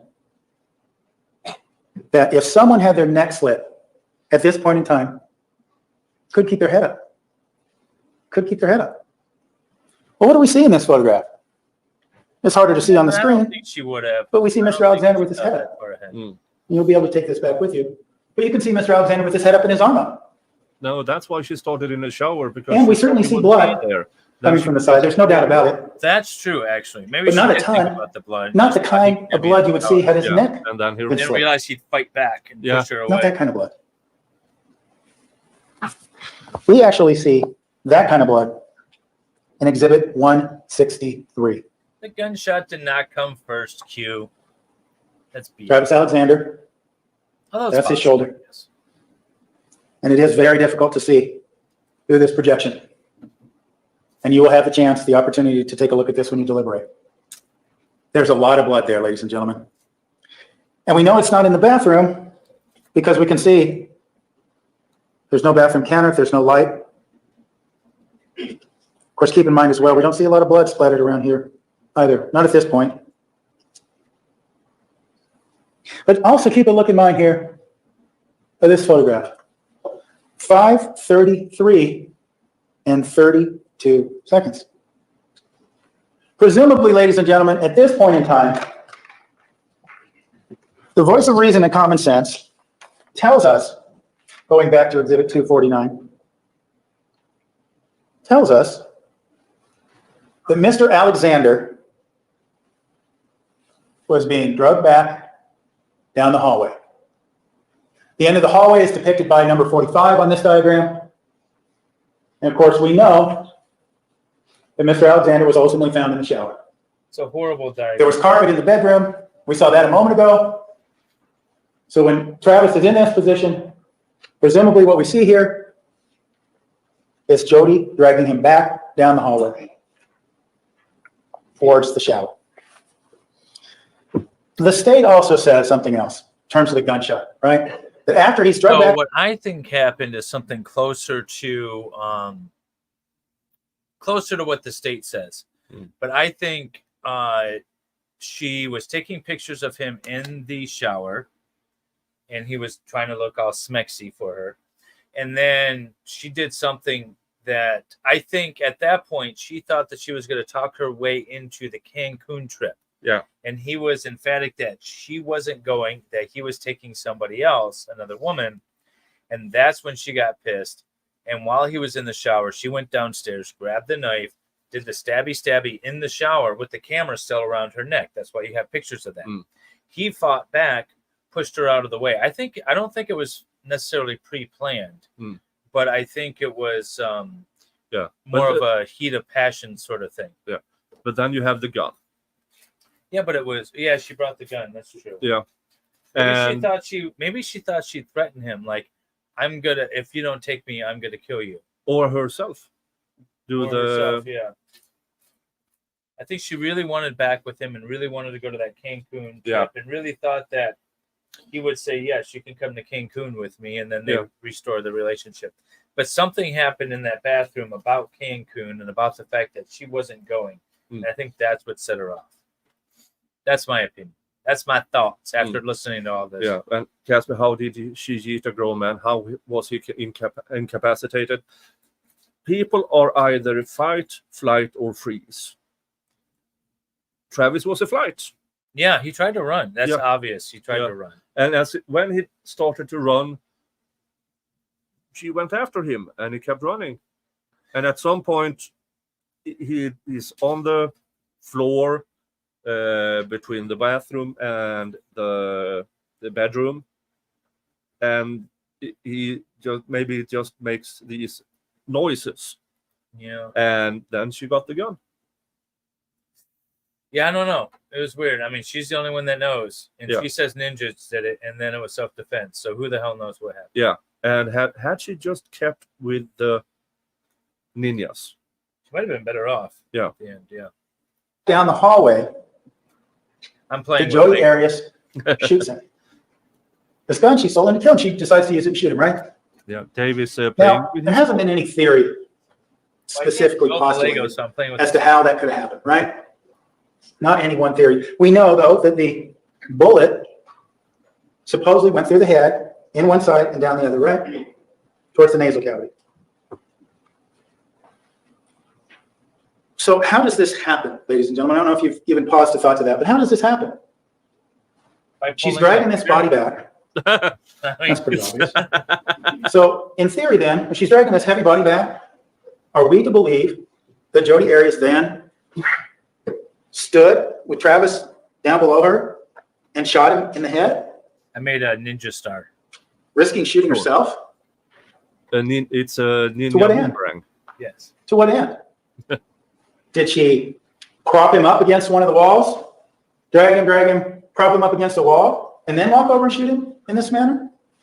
Doesn't seem to make any sense, does it? Did she shoot him in the head when she was in the shower? Well, that doesn't make any sense because he was slumped completely on the ground. She would have had to reach way over and shoot him, right, in the shower. And that doesn't make any sense either, right? It just, this idea that after this, Hey, Shenny. Jodi shot Travis after he was dead doesn't make any sense. The best part of Nick's vacation, by the way, was Michigan. I'm just going to say that.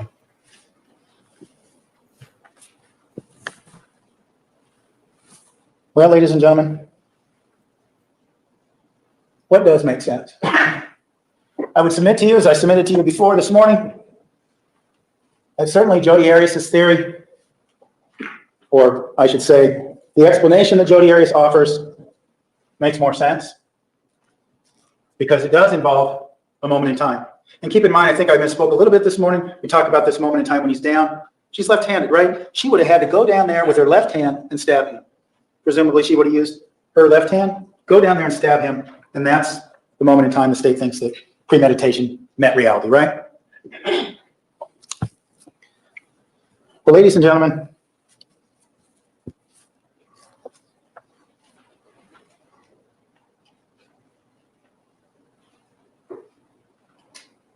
here we go. Here's the ultimate question Well, she that lubricated. we asked you the very beginning when with, Ms. Wilmot blood. sat beside you on January That's 2nd. What happened between here and here? It's also about what happened between this photograph, 162, and photograph 163. What happened? Okay, so we know at one point in time, and let me say this is to say, if you do not believe Jodi Arias' self-defense claim, you believe the state's refuted it just by creating a house of cards and knocking it down, what could happen? We see the shower, 62 and 65, the arrow points towards the shower, where Mr. Alexander's body was found. We know that ultimately that was the final resting place. We know that the theory that there was a shot, or excuse me, a stabbing first makes no sense. Because look at exhibit 98, if you will. The sink. We have the sink with all this blood splatter. The state's theory is that Mr. Alexander, after being stabbed, walked over to the sink with this massive wound in his chest and stood there. Now, presumably for the blood to hit this sink and not the mirror, not somewhere else, and as we saw Mr. Martinez do yesterday, we have a palm print there. He's leaning forward, right? He's leaning forward. He has a hand on the sink. And that is where the state theorizes that Jodi Arias then, after stabbing him in the chest, for some reason, backs up because he's down. He's got this chest wound, right? This is a fatal wound. He has it, and he's sitting in the shower when he has it. That somehow he gets up, gets past Miss Arias, who's got the knife in her hand, keep in mind still, and then once he gets past Miss Arias and he stumbles to the counter, he's standing there, bleeding out his chest and splattering all this blood. And then based on what the state told us yesterday, Miss Arias then comes behind Mr. Alexander to stab him in the back. We showed you the photographs of Mr. Alexander's autopsy and this cluster of 9 I think wounds. Mr. Normie is describing it much better than. But keep in mind the testimony of Dr. Horn Yeah. the first time.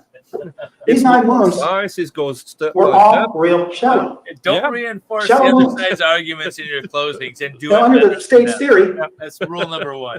they claimed that Jodi Arias leaned down, grabbed the knife, and stuck it into Mr. Alexander in an awkward backhand position and was able to penetrate his chest and damage his heart and go deep wound, right? But when she's standing up with her full force and Mr. Alexander is standing over there, that all she could concede in doing is making these very shallow wounds. All her strength, right? She's standing up, yet she can't make the kind of damage she did when he's in it, that he supposedly did. He's sitting in the shower. That doesn't make any sense, does it? Keep in mind as well, the theory goes that she was out to slit his throat. Well, there he is, For a right? couple of days. Bent over the counter, bleeding out his chest, according to the state. Jodi has this knife still in her hand. Why wouldn't she just come behind him and cut him? Instead, we have these superficial, not superficial, but we have these shallow stab wounds. Why would she do that? It doesn't make any sense. The other thing is, it doesn't make any sense. Again, going back to the gun. She has this gun, right? She has stabbed this guy. Somehow he has gotten past her, and he's standing at the sink. Again, it makes very little sense how he could get up with this wound, get past her, and get to the sink. But in the state's theory, that's what she does. That's what he does, right? Well, Jodi Arias, if you believe the state, had a gun at the ready. Did she shoot him there when he was standing over the sink? Did he drop right there? No. We know that from the crime scene photographs. We know that at a particular point in time that he walked down the hallway and you saw all the blood and all the chaos going down that hallway and all throughout the bathroom. And we saw yesterday the blood smear on the hall. There's no doubt about the fact that, yeah, Mr. Alexander fell at that point in time, fell somewhere near the end of the hallway in that bedroom. But how did he get there? If the state's theory is correct, he never would have gotten there. Bleeding, yeah. How did he get there? If the state's theory is correct, he never would have gotten there. This is Because Jodi Arias had the implementation, attorneys the lying. implements of Travis's destruction, You know, there's a difference and between evidently, based on this theory, she didn't use it. puffing your client's case or making arguments, and then there's just like blatant lying. And this is getting pretty. None of what the state has said to you as it relates to what happened that possible day, for somebody, apart from a who's few been very stabbed specific to things get make up and sense. walk. Ooh, Dr. yeah. Horn may have been right the first time before he or Detective Flores changed his story about the shot being first, but of course the self-defense claim caused them to alter that. I would submit to you, ladies and gentlemen, that you also have to consider the possibility, as you do in your manslaughter instruction, that some point after this photograph, something happened. Something obviously happened, right? Maybe that's silly of me to say, but something happened. The question is what? What? The chances for premeditation have gone by the wayside, at least from the pictures we saw this morning. I would submit to you that, in fact, Jodi Arias did drop the camera. We have evidence of a picture of the ceiling. Did drop the camera. That Travis Alexander did berate her That should be for dropping his camera. The camera he was going to take with him.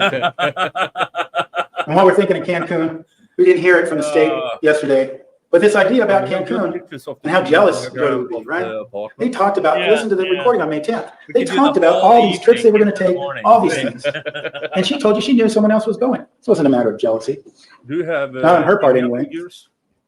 But I would submit to you that she did drop the camera. That Travis Alexander did fly into a rage. The kind of rage, the kind of anger you've seen in the text messages and then in the recordings. Really think happened. We do 3 ways. That he did threaten her and make her feel as if her life was in jeopardy. Because remember, her perspective on this is that of a battered woman. Yeah. Anybody who on BBC, CNN. But ladies and gentlemen, there's no doubt about the fact. One of the things Alpha Violet said, consulting fee, $250 was that sometimes an hour for me. when a battered woman is attacked more expensive. and they're defending their life, That's good. they don't know when to stop. 8-hour minimum. Travis Alexander's body was stabbed 27 times. Whether you use this for all 8 hours or not. It may be that Jodi Arias didn't know when to stop. It could also be, without any agenda, looking at it objectively, couldn't it also be that after everything they went through in that relationship, that she threw him down again, that she did grab for the gun to defend herself, that after that, she simply snapped. She may not know it, but she may very well have snapped. Out of control, sudden heat of passion. We've been through so much, and look what happened now. This instance of violence went too far. She could have snapped. Yeah, she did. Snapping, sudden heat of passion. He's just Could trying to account for save her much life because remember this of is what you still a see death penalty. throughout the various pictures that were taken in Exhibit 249. The chaos, the blood everywhere, the shallow stab wounds, the slit to the throat, the running down the hall. All of it, in some ways, a sad, symbolic ending to a toxic relationship. All of it. Yep. I agree. It was a fight. But Jodi Arias might very well have lost control. She might very well have come in and succeeded or gave in to sudden quarrel, heat of passion after Travis Alexander threw her down. Enough was enough. No doubt for a minute, those things are there. Those text messages, everything else. This chaos, this relationship, the fear, the love, the sex, the lies, and the dirty little secrets. And throw her on the ground again. And go in a situation where she has to point a gun at him. And him diving towards her. Ladies and gentlemen, again, with no agenda behind it, not Miss Arias' voice, not the state's voice, is that...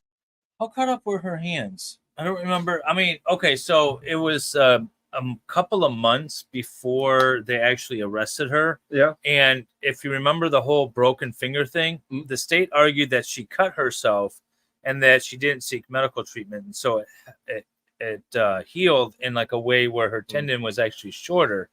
And so that's why she has like this crooked finger thing. She tries to claim that she broke it and went back, but that's the only visible injuries to her hands that still exist. Yeah. The time the police were involved with her. Yeah. And it had been 6 days that he was missing before they found him, Uh, or 3 days. 4 or 5 days. 4 or 5 days, yeah. Something like So, that. yeah. And then she started calling the cops a couple of days later. Yeah, she called the cops on herself like twice. And then they called her in for interview a couple of months later. Yep. When they started to realize, oh, She's and she insane. kept talking and kept talking and kept talking, and gave them more or less everything they needed. I do loathe reporters, the bad ones, like the cable network ones. Give me a Walter Cronkite any day of the week. the most logical explanation for what happened? Oh, he's almost done. We got like 2 minutes, and then we're going You to be have to hit. consider that, ladies and gentlemen. It's in your jury instructions, and that's one of the things that you decide. What happened? That ultimate question, we've seen those two pictures over and over again. What happened in that moment in time? A relationship of chaos that ended in chaos as well. There is nothing about Let's see how we what end. happened on June 4th in that bathroom that looks planned. Nothing.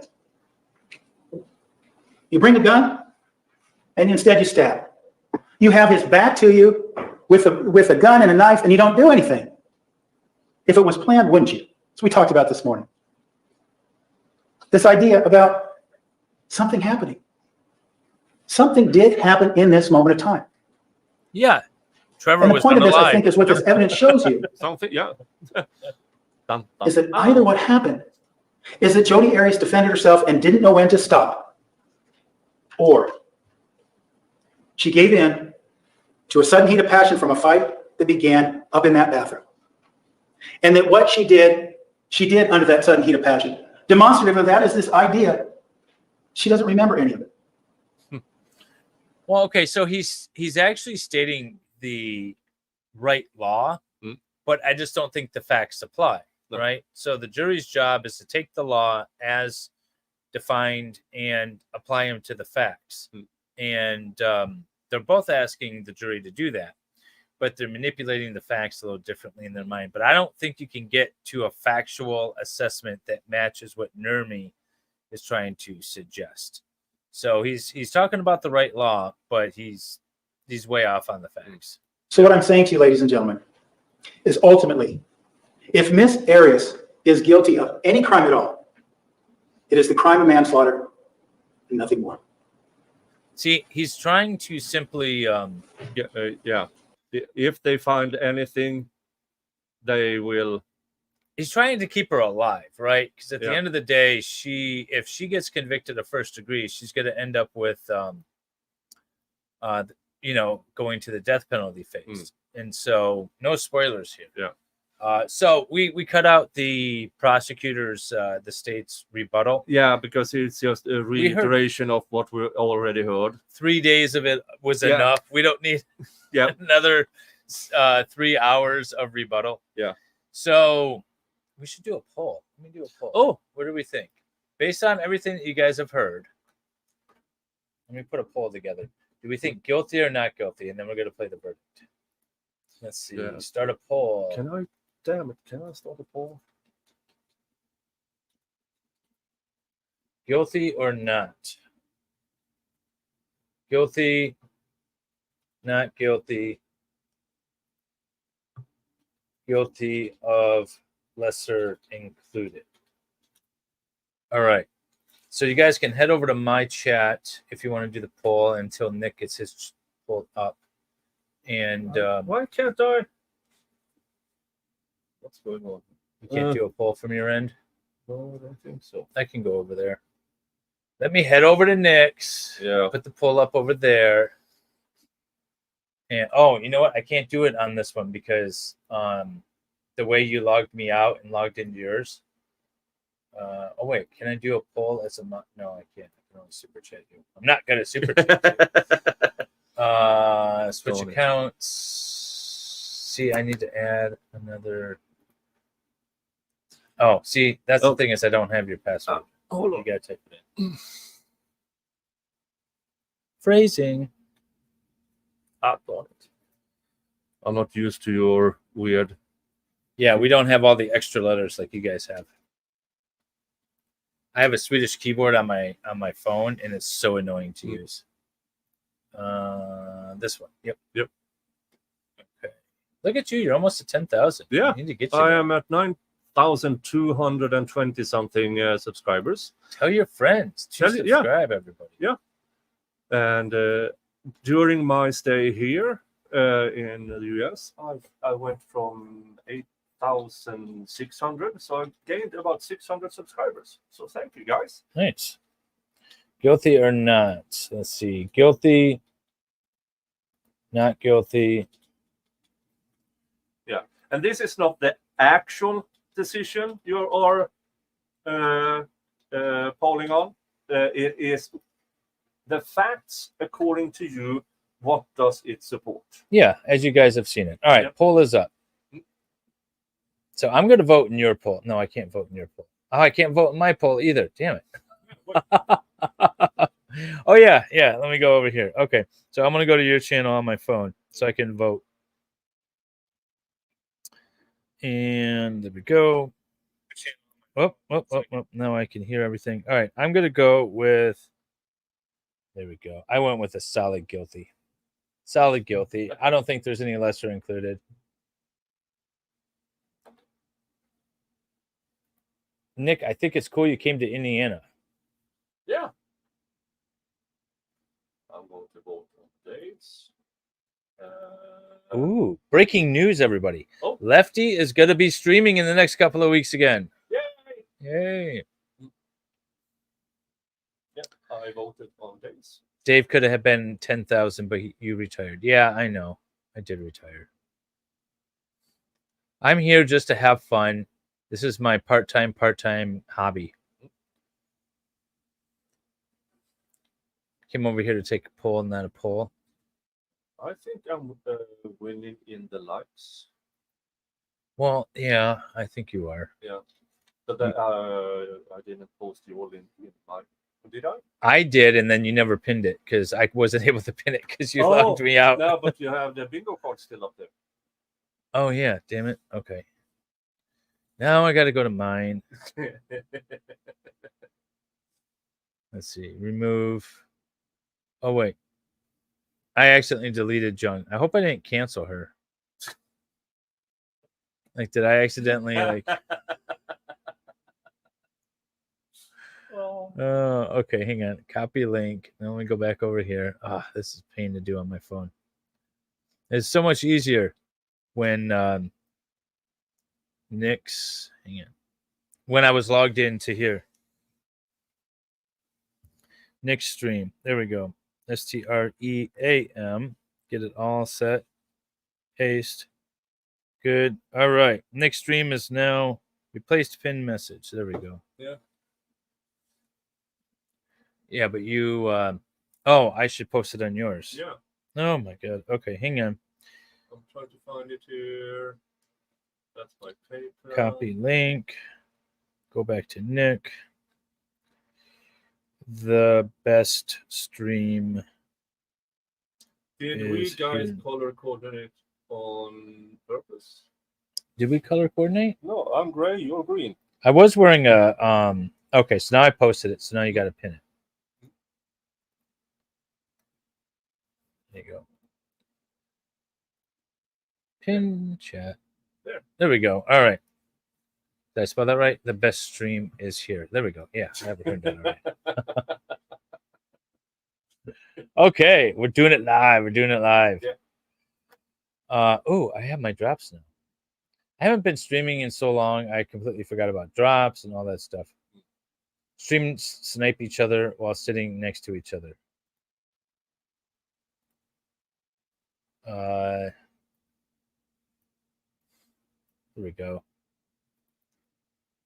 There's Nick's stream. There we are. Now we're stream sniping each other while sitting next to each other. Is that what you want, Red? Is that what you wanted?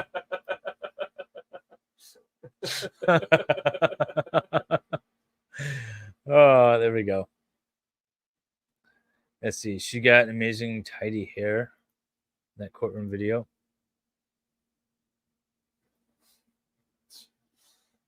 Jodi's hair was on point, and her dress was okay for. I mean, I didn't like everything, but she was able to do a lot.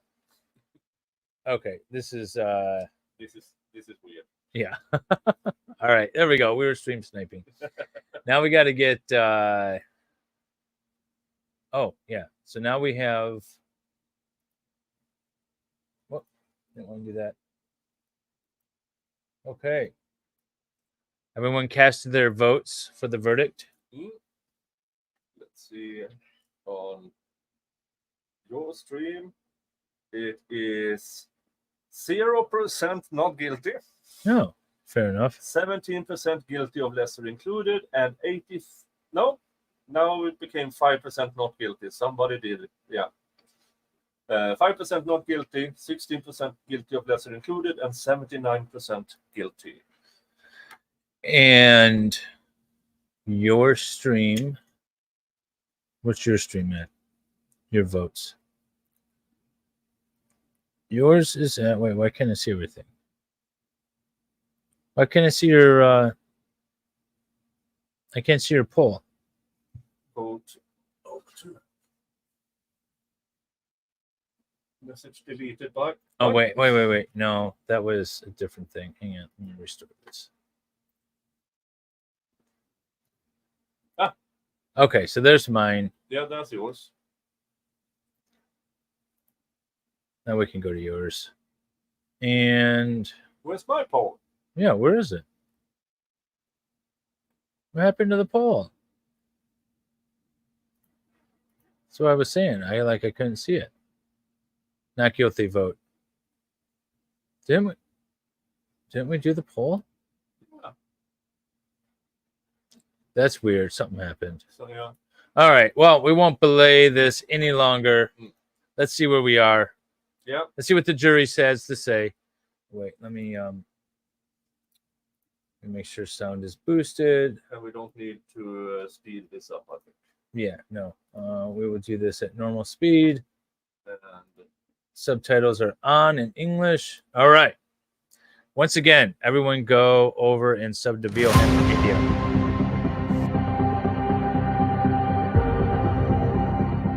Trying to find Nick's poll. Please be seated. The record will show the presence of the jury, the defendant, and all counsel. Ladies and gentlemen, I understand you have reached a verdict. The verdict form has been handed to the bailiff. we believe she is winning. Please come forward. I think she does. Because remember, like, not everyone's evil. Or like they're not evil in their minds. Everyone thinks that they're the good person in their own story. They're the hero in their own story. So I feel like she thinks that she's not guilty and is going to be found not guilty. Kind of loud, yeah. Oh, is it loud? Yeah. Okay. Well, let's take the boost off. We don't need the boost.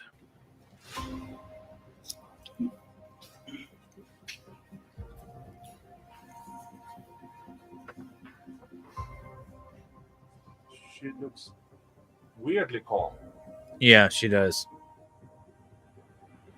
It would be great. I haven't seen this. It would be great if she sort of like ran out of her like got all upset and excited and like ran out of the room. Hey, stop. No, I was just making sure we weren't playing on The something. clerk will read and record the verdict. The State of Arizona versus Jodi Arias, verdict, count 1. We, the jury, duly impaneled and sworn in the above entitled action upon our oaths, do find the defendant as to count 1, first-degree murder, guilty. 5 jurors find premeditated, 0 find felony murder, 7 find both premeditated and felony. Signed, 4-person. Is this your true verdict? So say you want it all? She just realized. Ladies and gentlemen, the clerk is now Maybe going to it ask worked each of out. you a question. Please answer yes or no. Juror number 1, is this your true verdict? Yes. Juror number 2, is this your true verdict? Yes. Juror number 3, is this your true verdict? Yes. Juror number 4, is this your true verdict? Yeah. Juror number 6, is this your true verdict? Yes. Juror number 7, is this your true verdict? Yes.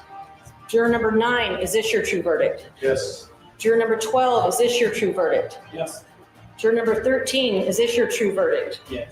Juror number 14, is this your true verdict? Yes. Juror number 16, is this your true verdict? Yes. Juror number 18, is this your true verdict? Yes. It's sinking All right, in. ladies and gentlemen, the next phase of the trial will begin tomorrow at 1 o'clock. The Please jury's be like, here at no, I thought we were 12:45. done. Between now and then, the admonition continues to apply. Do not speak about this case. Do not view any media about this case. Are there any questions? You are excused. Please stand for the jury. I thought she was gonna like run out and scream. That's it. Yeah. We're gonna give Vielhammer all the credit he deserves right there. There Yeah. we go. So were you surprised? Like, okay, so in hindsight, we knew that she was guilty. Yeah. And we wanted to watch this trial to see how a trial went before a lot of the shenanigans that we sort of see in today's trials. Now, throughout this course of this trial, I felt like the facts were very damning, and that the prosecutor won in spite of his own horrible approach to this case at times. Yeah. I agree. And I know there are lots of people out there that believe Juan Martinez is a superhero who got this conviction and everything. But I think a proper prosecutor could have done this trial in way shorter time, in a much better controlled. Yep. And really. And maybe not have come off so angry towards his own witnesses. Yeah. See, I don't think he's a very good prosecutor. He got a lot of fame for this, and he's known, like you said, he's known as a really good prosecutor that put Jodi away. I think he won because the facts were so bad and Jodi was so bad. Yeah. Fact was, I mean, at times was a bit surprised with how much he got away with, especially reading the decision from the appellate court, that he was allowed to do a lot of things that were more or less surprise evidence and surprise testimony, according to the appellate court, but not enough to reverse or give a new trial. So it was. But maybe we should file Juan Martinez a bit, because he did the Richard Chrisman case too, apparently. Is that case, do we have video of that case? Was it broadcast? I don't know. I have no idea. I might check that out. And if that's something interesting, it'd be interesting to see him on a different case. It would be interesting to see a case he lost. Yeah. I don't know about who Richard Chrisman is. Yeah, I don't know anything about the case, but if it's out there, I might try to check it out.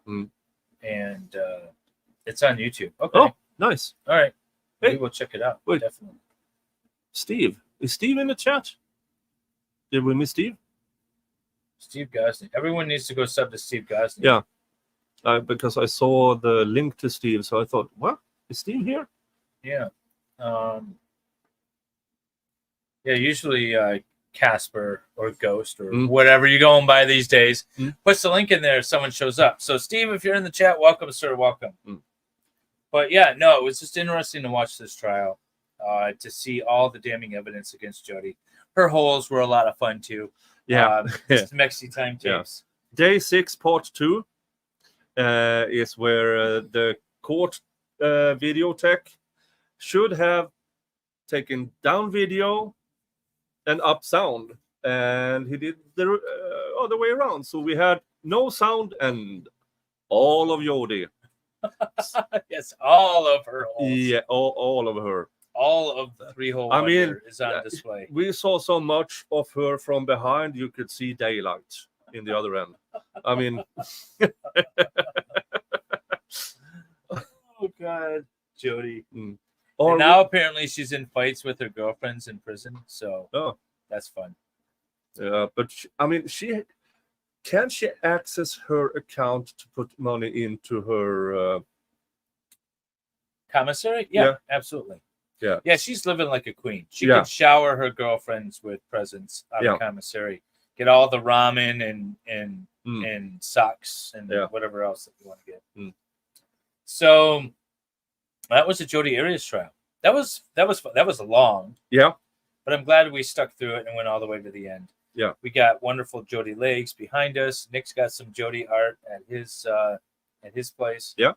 And that was a lot of fun. I was glad we were able to finish it up here jointly in the treehouse. Yeah, we planned out the final few episodes so that we could do the finale up here in the treehouse. It wasn't actually planned to start with, but we realized, oh wait, we are quite close to the end here. And we knew that there was going to be time off because you were traveling and I was traveling. And so we were going to have to skip a few days. And so we're like, well, we could do a little bit of a longer one for the last stream and make it work. Yeah. And now you got time to actually pack. Yeah. Like fully pack before you get ahead. Maybe I should weigh the suitcases so they weigh roughly the same. So I don't have one suitcase. Did Flux get some Jodi art? I got a Flux right here. See, this is a Flux original below the Jodi print right here. But I don't know if Flux got some. That's very cool. I know Salvador got some. Baker got one. Yeah. Well, if it actually goes to trial, I'm actually not so sure. I mean, they have approved of trial, but I'm not into, because now they raided them again, not that long ago, and that'll be. It's weird because they've been incarcerated for most of the time. That now they got released to their own recognizance, which is weird considering the charges, and then they got raided again, and I mean they have been raided 4 times, the houses and the cars and everything, and they got everything electronic taken away from them directly, and their lawyers of course gave them new phones and stuff like that. I remember and that. Then they took it then away about a week later just to see, okay, what did they confess to anything here, and now they were raided again. So the case seems they're not allowed. They're not allowed to look at the attorney-client communication. No. So. That is over here as well. Over here. They were raided again yesterday. It's just never ending for them. Yeah. Well, I think it was a couple of days ago. But she thought 20th Century Fox thought Jodi was kind of poor. She's actually, according to reports, like a millionaire. Yeah, a multimillionaire. A multimillionaire due to her artwork. She probably got some royalties from the book that Nirmi wrote. Yeah, but she's apparently like loaded. That's why Salvador, I think, is more excited about it than anything. Yeah, but we want to get her free so that we can hook her up with Salvador, and then we can all retire and just stream YouTube off of Salvador's budget. Yeah. Let's see. Put a Sarah and please Dave. Pull a Sarah and don't. Pull a Sarah and put Dave in the suitcase. No, I think we're gonna. Nah, none of us fits in a suitcase. Yeah, No, I don't fit no. in the suitcase. I mean, maybe one of these suitcases from the 1800s. You could put one of us in. Oh, like a big trunk. Yeah. Yeah, I could fit in that trunk. That's what we would need. And then Nick could just drag that thing into the airport. That's a cheap way to get to Sweden. Yeah. So yeah, but I have to pay for everything over 50 pounds. well, weight. I'm a little over 50 pounds. Still Yeah, little, though. yeah, just a little. You have to put me in 6 suitcases. And don't do that. Don't. Is Jodi allowed to get married while in prison? I would imagine she is, yes, because people have the right to get married while Yep. they're in prison. Steamer trunks, yeah. But why would she get married? Then she has to split the money with her spouse. Doesn't make sense. To Oh, Sal, get married to her and then divorce her. there you go. No prenup, Sal. Yeah, prenup. no prenup. Get married. You have to consummate. So we Yeah. got to. Oh, but they don't have the conjugal trailers. He They already can- looked into it. He already looked into it. They don't have it in Arizona. Sal is prepared.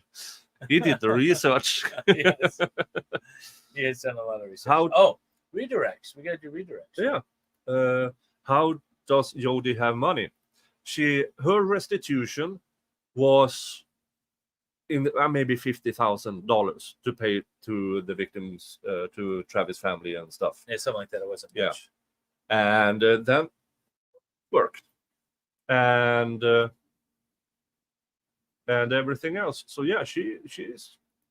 You can actually, by googling Jodi Arias wealth, and you will find a few different sites that numbers it.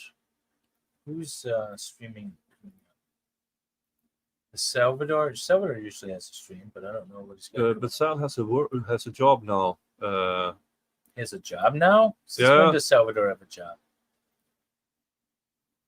Why are nobody streaming at this point? It's just 1:17 p.m. 3 But wait, p.m.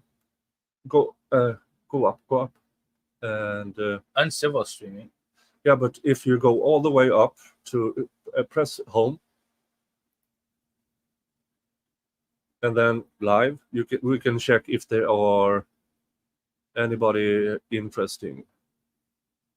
Apparently, I have a lot of wrestling videos that are going live. Oh, is Ricochet going to AEW? Oh, Ricochet at All Elite Wrestling. You got so excited for wrestling. Yeah. Ricochet has been so mishandled by WWE. He's one of the absolute best high flyers there is. Oh, he's doing the members only. Yeah. Let's see here. Where's Salvador? Is Jeff streaming? No, he's banned from streaming. Is he still? Yeah, 7-day ban. 7-day ban. No way to lift that, huh? Oh no, it's a Dally Talk. D-A no. I don't know how to spell it. Is that all it is?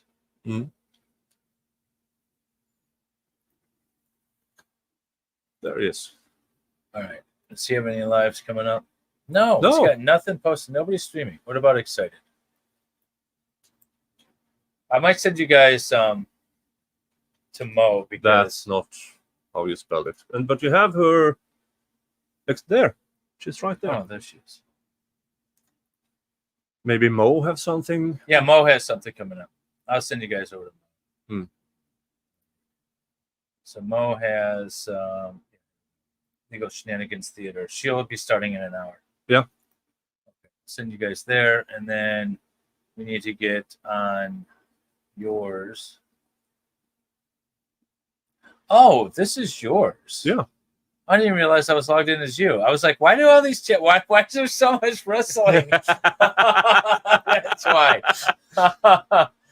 Okay. All right. So that's why there's so much wrestling on my home screen. YouTube Studio? Or oh, you do it. I do it like that. Yeah. Hey, Hey, look! Now my poll showed. yeah, now your poll showed. That was weird. Mo.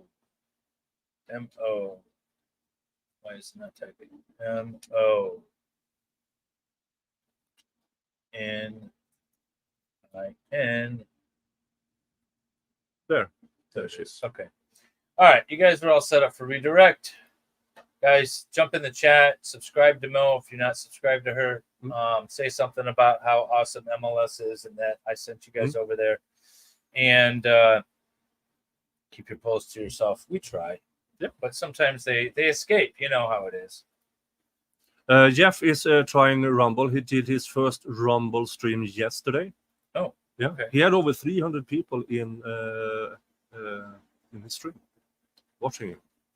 Nice. Yeah. That's nice. Okay, very cool. Yeah. I mean, there's also like I usually stream to Facebook and X and Rumble all at the same time when I do stream, which the last one was. Yeah. I need to be better at streaming to Rumble as well, but it's been a bit hard to set everything up when I've been here. Yeah. So, but I need to get better at it because I do know I have a few who watches me over there because they are somehow banned from chatting on YouTube. I don't know how that happens. I don't know. So you could just create a new account. All right. Well, we brought you guys in with the vintage intro since we're on my StreamYard. We're going to send you out with it as well. Yeah. And you guys have a wonderful rest of your weekend. Go say hi to Mo, and thanks for watching all of Jodi's homes. Yep. See you guys. See you. Bye.